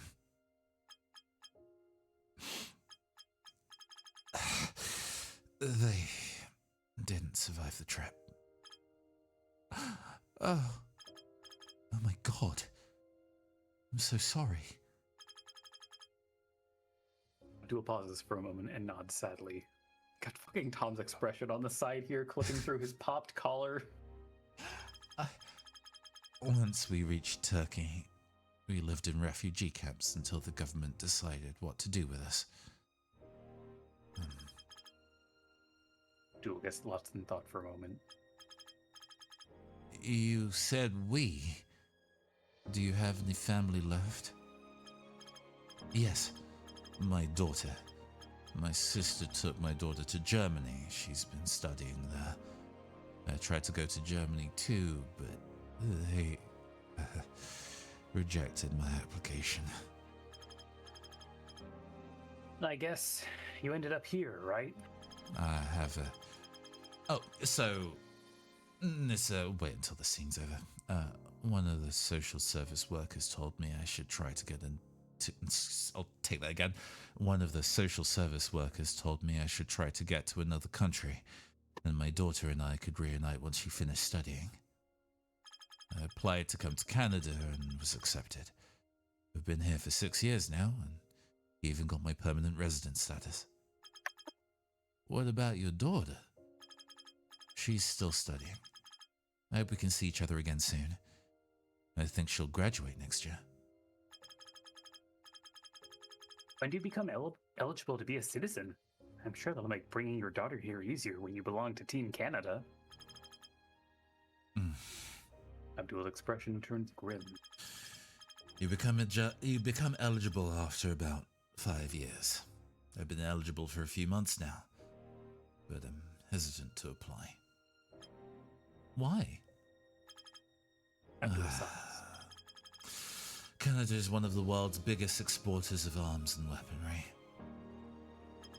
Some reports say that Canada sold weapons to many of Syria's opponents before the war began. Even though I'm here now, I don't know if I want to be a citizen of the country that may have caused me to leave my home in the first place and cost me so much. Oh, I had no idea. Abdul looks at everyone, then at the uneaten burger on his plate. The entire table falls into a moment of deafening silence. I'm really sorry. I did not mean to spoil your lunch break. Please eat up. I have to prep snacks for the evening break. Thank you for inviting me to eat with you and for letting me talk. I'm fine, really. Excuse me. Dual smiles sadly and leaves. I'm not sure I have an appetite after that. Sorrowful store. Okay, game. I'm not sure I have an appetite after that. Cecilia and Tamika are silent, processing the moment. Tom looks down at his feet, the look of shell shock. Breaking news! Oh, the music just cut for that so quickly. I was like, did the game break? Breaking news! Here's a live special report from one of the American refugee detention centers. Thanks, Mike. The conditions here are terrible. Abdul, I'm so sorry. Abdul, do you want us to turn this off? Yeah, like, families are separated and not allowed to live together. In some cases, parents are struggling to reunite with their children. Some of the refugees feel that America has a responsibility to help them. Our translator helped us understand what the refugees had to say. The U.S. Go ahead. The U.S. caused the war in our country. They are the reason my house was destroyed. They came and said they were peacekeeping, but now I've lost everything. If war is their business, then refugees are their responsibility. Countries like the USA and Canada sell arms to insurgents and then come to rescue us from them. Someone has to hold them accountable. I've lost my wife and now they haven't let me see my son for a week. Many refugees, confused by their current circumstances, which has only become more complicated by language barriers. The refugees that could speak to us say that they are afraid of being further separated, indefinitely detained, or deported back to the war-torn countries they came from. None of the detention center staff would comment. With the recent comments by the U.S. President this morning, many are waiting to see what the U.S. policy response will be to the sudden influx of capital R refugees. Back to you, Mike. So, there you have it, folks. What do you think of the refugee crisis heading our way? Ugh. Send your thoughts on Flitter, and we may feature them on our next report. Gauche. Well, that was intense. So what do you think about the refugees heading to Canada soon? Hey, Tom, shut the fuck up. Tamika just gently puts a hand out and not a single finger, but an entire palm just over Tom's mouth. Shut the fuck up. If what we heard was true, the USA and even Canada have a moral obligation to protect these refugees. We all turn to the white woman to be like, go ahead, open your mouth. That may be. But will we be able to absorb thousands of people that easily? I mean, I don't know is really a very valid answer. This is so complicated. We should help them all. I mean, America should help. Yes. But none of these answers are nuanced enough. No.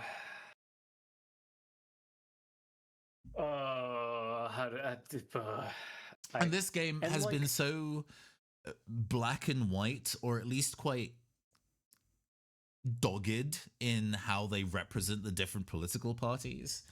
So I think if we say, I don't know, Tamika will be like, that's a fucking cop-out answer, you bitch-ass motherfucker. But yeah, nice truly, try, centrist. Truly, a reasonable thing to say here. None of us know the answer to this. We are people who write ad copy.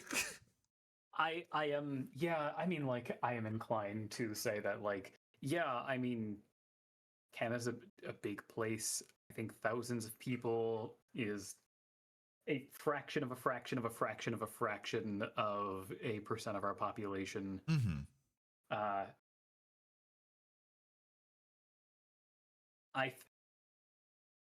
I think it is within the country's toolkit to handle it. Mhm. But also, yeah, I work at a fucking ad firm. I can posit this, but yeah, let's see what the writing does if we say I don't know. I don't know. I'm not sure I fully understand it yet.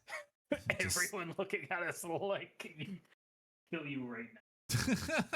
It just seems so above us. Do you really think that Canada... Do you really think That's that the Nagato camouflage Kamaeda Canada. has armed people in this war? I just looked it up on my phone. Canada exports over $2 billion worth of military goods and technology every year. Fair bit goes to countries that violate human rights. Mhm. Wow! Wacky face. That's insane. So much for being peacekeepers. That also means that is a significant source of income for our economy. Like $2 to $4 billion worth. Kind of money that keeps Canada rich. There are individual people in Canada that have that amount, $2 to Yeah. $4 billion. We are not. Yeah. Not sure how to process all of that. It needs to needs stop. to stop. What? So this is a difficult thing. I actually don't know how much. Email for you, Lan. Oh, hi, toys. Thank you for the raiding. I hope you're all doing very well. We are what we assumed was a political comedy that uses Phoenix Wright ideas to talk about local politics has turned out into what is party politics 101 in maybe a ham-fisted way, and it has been a very interesting time. I hope you're doing very well. What were you playing, toys? I will try and do the shout out and do VA at the same time. Our country needs to stop exporting arms, no matter what. It's not worth all these broken lives. Isn't Canada What did a we known just peacekeeper in? Isn't Canada a known peacekeeper in global affairs? Yes, but peacekeeping often involves sending your army to countries that are in conflict to fight for something. So, picking a side and fighting the other. Exactly. At the end of the day, you can't not pick a side. Even not picking a side is picking a side, but still. So, we're at war with other countries? Well, not officially, technically, but we do send troops all over the world. Not sure how I feel about that sometimes. Canada should stop wars? I mean, what are we doing? What does that even is that saying that we should stop participating in wars? Like, or that we delivering should go, like, go out there and freedom? be... Terror. Awful. Yeah, definitely not that one. Canada should look after itself? Terrible. Not that one. Canada should stop wars? Pointlessly idealistic. It's pointlessly idealistic and also sounds like the kind of world police rhetoric that America I guess As a global leader, this is so. As a global leader, Canada should be participating in global affairs and trying to stop war where possible. Sure, yes, but what if the only way to stop an escalating conflict is by force? What then? I'm not sure there can always be a peaceful outcome. Sometimes you have to do something. Everyone wants to discuss the issue, but feel overwhelmed and confused, not knowing their place in all this. The word leader Yikes. is doing a lot of legwork, yeah. yeah, right. Time flies. We better get back before Boss Man files a missing persons report. See ya. Well, that just happened. Fuck off, Tom. Right. Tom heads off. Oh, my brain is a puddle right now. I'm not sure if I can work. You'll manage. Me neither. That was a lot, and they seem full of despair. Okay, yeah, let's see what these jokes are. No! What do you mean? What do you mean there isn't an answer to not tell a stupid joke? What is going on? What? Okay, chat. Hold on. Can we make a poll for chat? My hands were literally over my eyes, which you can't see because this is not a tracked model. What do you mean there's no option to not tell a stupid joke? Fucking hell. Chat, get ready to vote on whether we're going for burning calories or tongue twister champion. Oh man. This game. I love that seems like this is going to close out this scene and therefore close out our play session. Yeah, for pretty today. much. Pretty much. While this is occurring, we can start. What did you think of your time playing this, Rafi? Man. I think my feelings have moved to a bunch of different places as we've played, where I'm throwing in a vote for burning calories to tie that shit up. You can spend channel points to. You can spend channel points. Votes. You can like the real politics. You can spend additional money to tip the vote in your favor. Yeah, try and hack the Twitch voting machine. Wait, is that why the quality was so bad earlier? Man, I appreciate a game that is trying to be relevant to like actual modern issues, and oh man, it's really killing me because the thing that I can say that it is like, yes, it is interested in depicting contemporary politics, which I think is good. I think I value something that is not like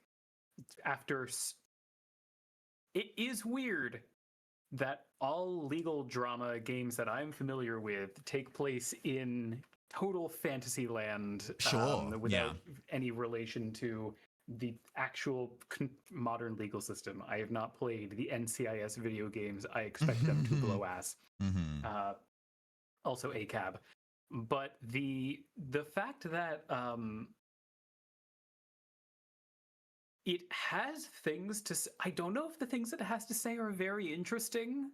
No, it's all very entry level, or at least because like the idea pause of that thought, friends. Yeah. Pause that thought because we need to. Did you hear our city's tongue twister champion got arrested last night? There's such a thing? Yeah, they arrested the tongue twister champion, and from the sound of it, they're giving him a tough sentence. It's just like, brother.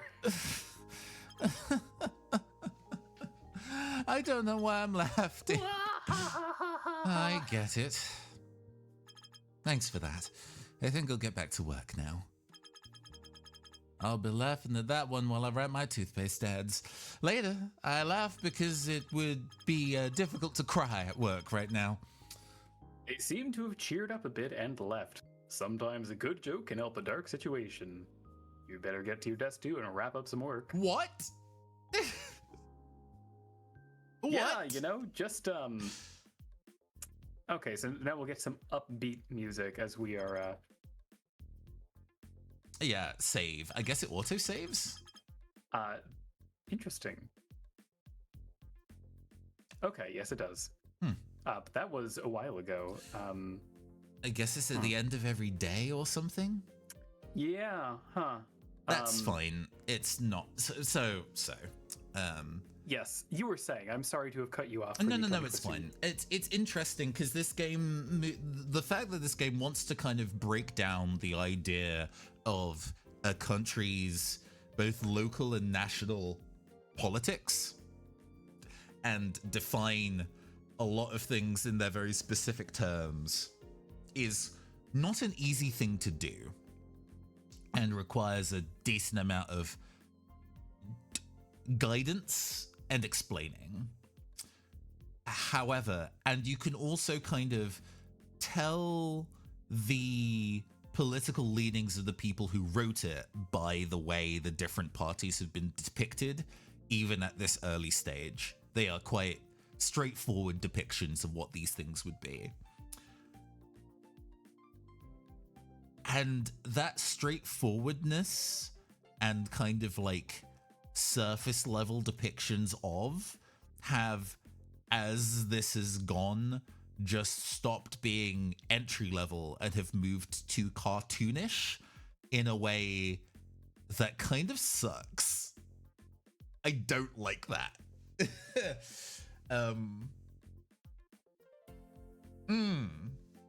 Yeah, it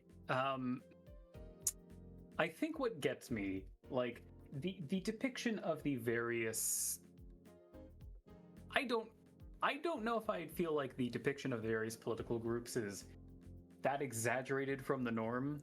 I was even saying earlier that I feel like Karen Fjord is... Oh, yes. Oh, yeah, absolutely. I guess when we're talking about the various political parties, I'm thinking of like the 5 political parties that we were introduced to, because they're absolutely caricatures of individuals, whether those are, I am a racist white woman and I'm gonna yell at a minority on a bus, grah! Or this is like, hello, I will grant you the Steam achievement Sorrowful Story if you will listen to my trauma. Anyway, goodbye. And it is difficult to reconcile the fact that there are individuals who are like kind of flat caricatures like this, but also the political parties themselves are rather restrained in their depiction. You know, yes, we have a US president who is going like, you know, I'm going to, you know, no refugees, we're going to kick refugees out and all that. And it's like, I mean, yeah, it's presented kind of guilelessly, but also it's not like that wasn't happening. And it just, honestly, the way that the ideologies of the, I guess it just kind of comes down to what I was saying earlier, where the political parties all feel like they were supposed to be, if someone with these similar political beliefs to the writer would look at them and not think like, oh, you guys are insane or anything like that, but would be like, well, okay, all of these seem like respectable in some degree, even if I don't agree with them. And that's just weird to reconcile that, which does not line up with reality, where we do unfortunately have parties that are really far right and just absolutely disgusting, and there's no point in doing a lot of research about like the AFD or anything like that, because you know that, like, as long as you know that they blow ass, you don't need to learn the finer points unless you are trying to get it will not add nuance to your opinion of them, I think. And this stands in contrast where you have the caricatures of, you know, individuals where I think broadly people are not that extreme in life. And just like when we were talking earlier about me recognizing like, oh, this is the Canadian equivalent of the UK Green Party, and then talking about how the UK Green Party right now is really complicated because even though they are similarly really passionate about that single issue of the ecology and climate change, have a bunch of transphobes as part of their staff, and so it makes it very difficult to vote for them. And that hasn't manifested here, right? It's kind of like, maybe it would over time, and we get to, because it's been highlighting the kind of party leaders, but then individual people, even if some of the names of these individual people are just jokes. One wonders if we would get that complexity beyond the two-party system side of it. Like, I wonder what they have to say about the Labour candidate here. Whether they... You cut out a little bit on mine. Oh, sorry. They'd have to say about what? I wonder what this game will have to say as it continues about the Labour candidate, the tomatoes, Yes. as to whether that party leader will also turn out to be ineffectual or actually slightly bigoted in his own way, or whether it'll just be like, only the Conservatives are bad, yeah. And the fact that I don't have confidence in that after playing it for 3 hours is... I feel like there was something we saw about their policies that I looked at and was like, oh, I mean, that seems a little too soft touch or anything, but I could be wrong, and I could just be misremembering.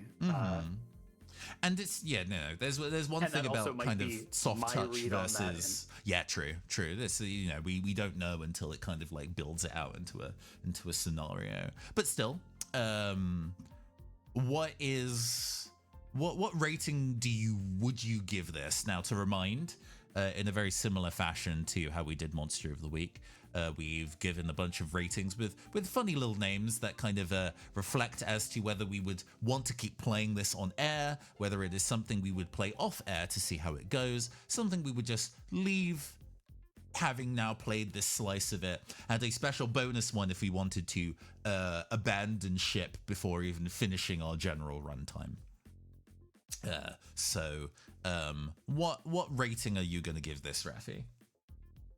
Yeah. Oh god, it's tough. At the 90-minute mark where we took a break, I was feeling pretty confident I was going to investigate on this of like, I'm putting this on my backlog. I'm not getting to it right away, but I do want to see where this goes.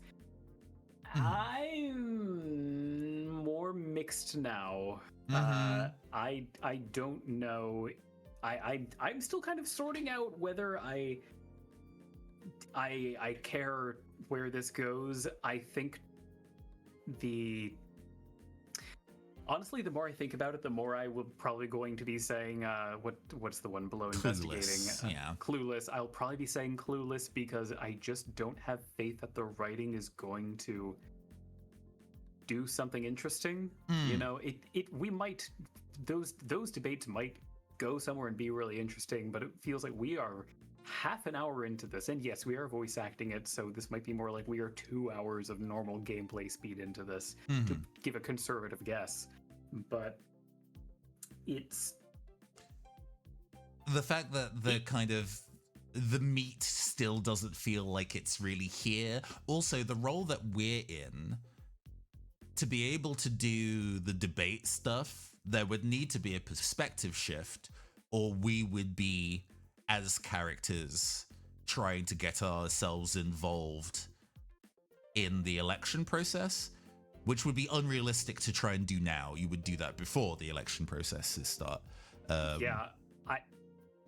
guess the meat of this game is, this game is about piecing together your political opinion, and since that just seems to be the gameplay that we have experienced so far is, what do you think about this issue? And I feel like I would probably be better served reading Wikipedia about Canadian politics or something like that than playing this game, because I have a decent sense of my politics. I'm enjoying learning about Canadian politics, but also I can just do that without a lot of So looking at the Steam page, the graphic that they give is somebody who is on a stand with an unrealistic, unusual outfit, like he's about to go and do like an anime testimony like Phoenix Wright. But why have we not got any of this early? We needed like a souchon, a nibble of this early on to kind of, I think, give the buy-in. Yeah, there is, this kind of does feel like there is. The question that I have been wondering and has not been answered is, why are we this character? Yes. And hey, again, maybe this will be clearer later. Maybe this game really just is about the process of developing political awareness and opinions, but yeah, Koakuma, that is very true when you put it that way. That is brutal review, but I'm not wrong. Like, I want to see one of the debate sequences in this game. Yes, absolutely. I just want to see what it looks like. It feels, because we are playing an external character, that actually my cold shot is that if you played far enough to get to one of the debates, it would actually be non-interactive. It would be visually framed like Phoenix Wright for the bit, but ultimately you don't get to do any Phoenix writing. It just looks like it as a visual parody. And that is an absurd fucking waste. It is a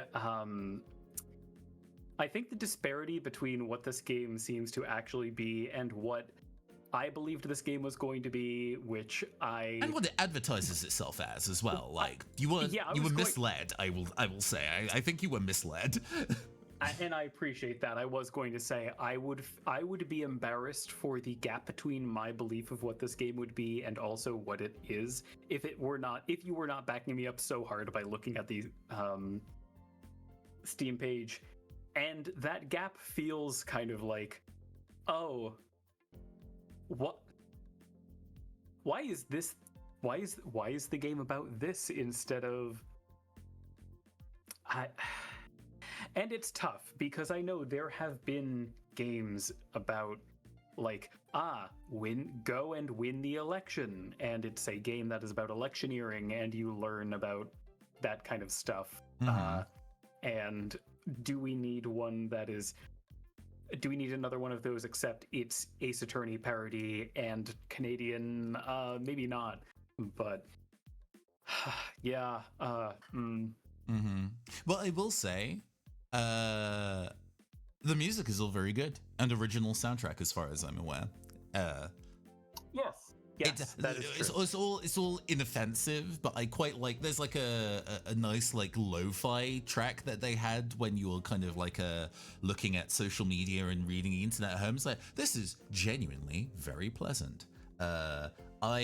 Despite it being way too over the top and loud for the scene, the cafeteria guy talking about his personal experiences, that sad track, genuinely well composed. I enjoyed listeing to it. I also think it is. Forgot Abdul's name. Jesus fucking Christ! No respect. It's approaching half 11. Leave me alone. I'm kidding. But like, and despite the presentation of some of the UI, especially stuff like font and text box being, I would say, a little unprofessional, I genuinely appreciate the amount of 3D work that has gone into this, actually. It has its own very clear style and voice, but yeah, I think what they made and what they advertise it as two, unfortunately, very different things. And that is a shame, but I may have to do some research in my own time about seeing one of the debate sequences and seeing if I'm right about it being non-interactive. Now, yeah, if you dig up any footage and find out that it does really turn around later, let me know, because I will. Because then it might go back to we may have a level back up to investigating if it turns out that you actually do things in them. But for now, it is firmly clueless for me. Right, chat. I appreciate you coming with us on this Civic Story. I almost said Civic Quest, which is not the name of the game. And yes, if you like the soundtrack, you can buy it on Steam for $9.99. I'm gonna go link the page so people can also see what we've been talking about and also get access to the soundtrack. You know, also the AI art was not a good addition, No. I would say even at this point, I think it maybe this. They could have not done that. Yeah, they could have patched that out. They could have patched that out at this to point. its semi-credit, I have a feeling it's not I don't think the art is like generated so much as they have gotten access to stock footage and run it through like a filter that changes its style, but that uses generative AI to do that. But people obviously brain connect that differently. I can tell that all of those were stock photos that were heavily filtered. Yes, that is true. Kokuma, that is such a good point. That is so funny. A picture tells 1,000 words, as they say. So what are we playing next week? Yeah, I'll be real with you. I don't know. I have not thought about it. I've not thought about it. My head has been elsewhere, so I've not actually given that. It's going to be a time. Mystery, folks. And hey, if you want to kick it over to me, I do have a load of things left. Yes, I know that there's a big list of things to do. I do kind of want to play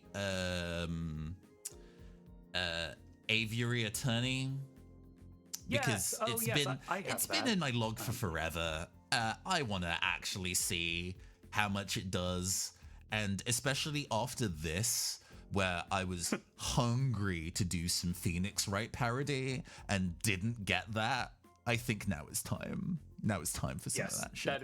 That is very fair. All right, but for now, we should go pass on the love to somebody else who be streaming. Yes. Let's see.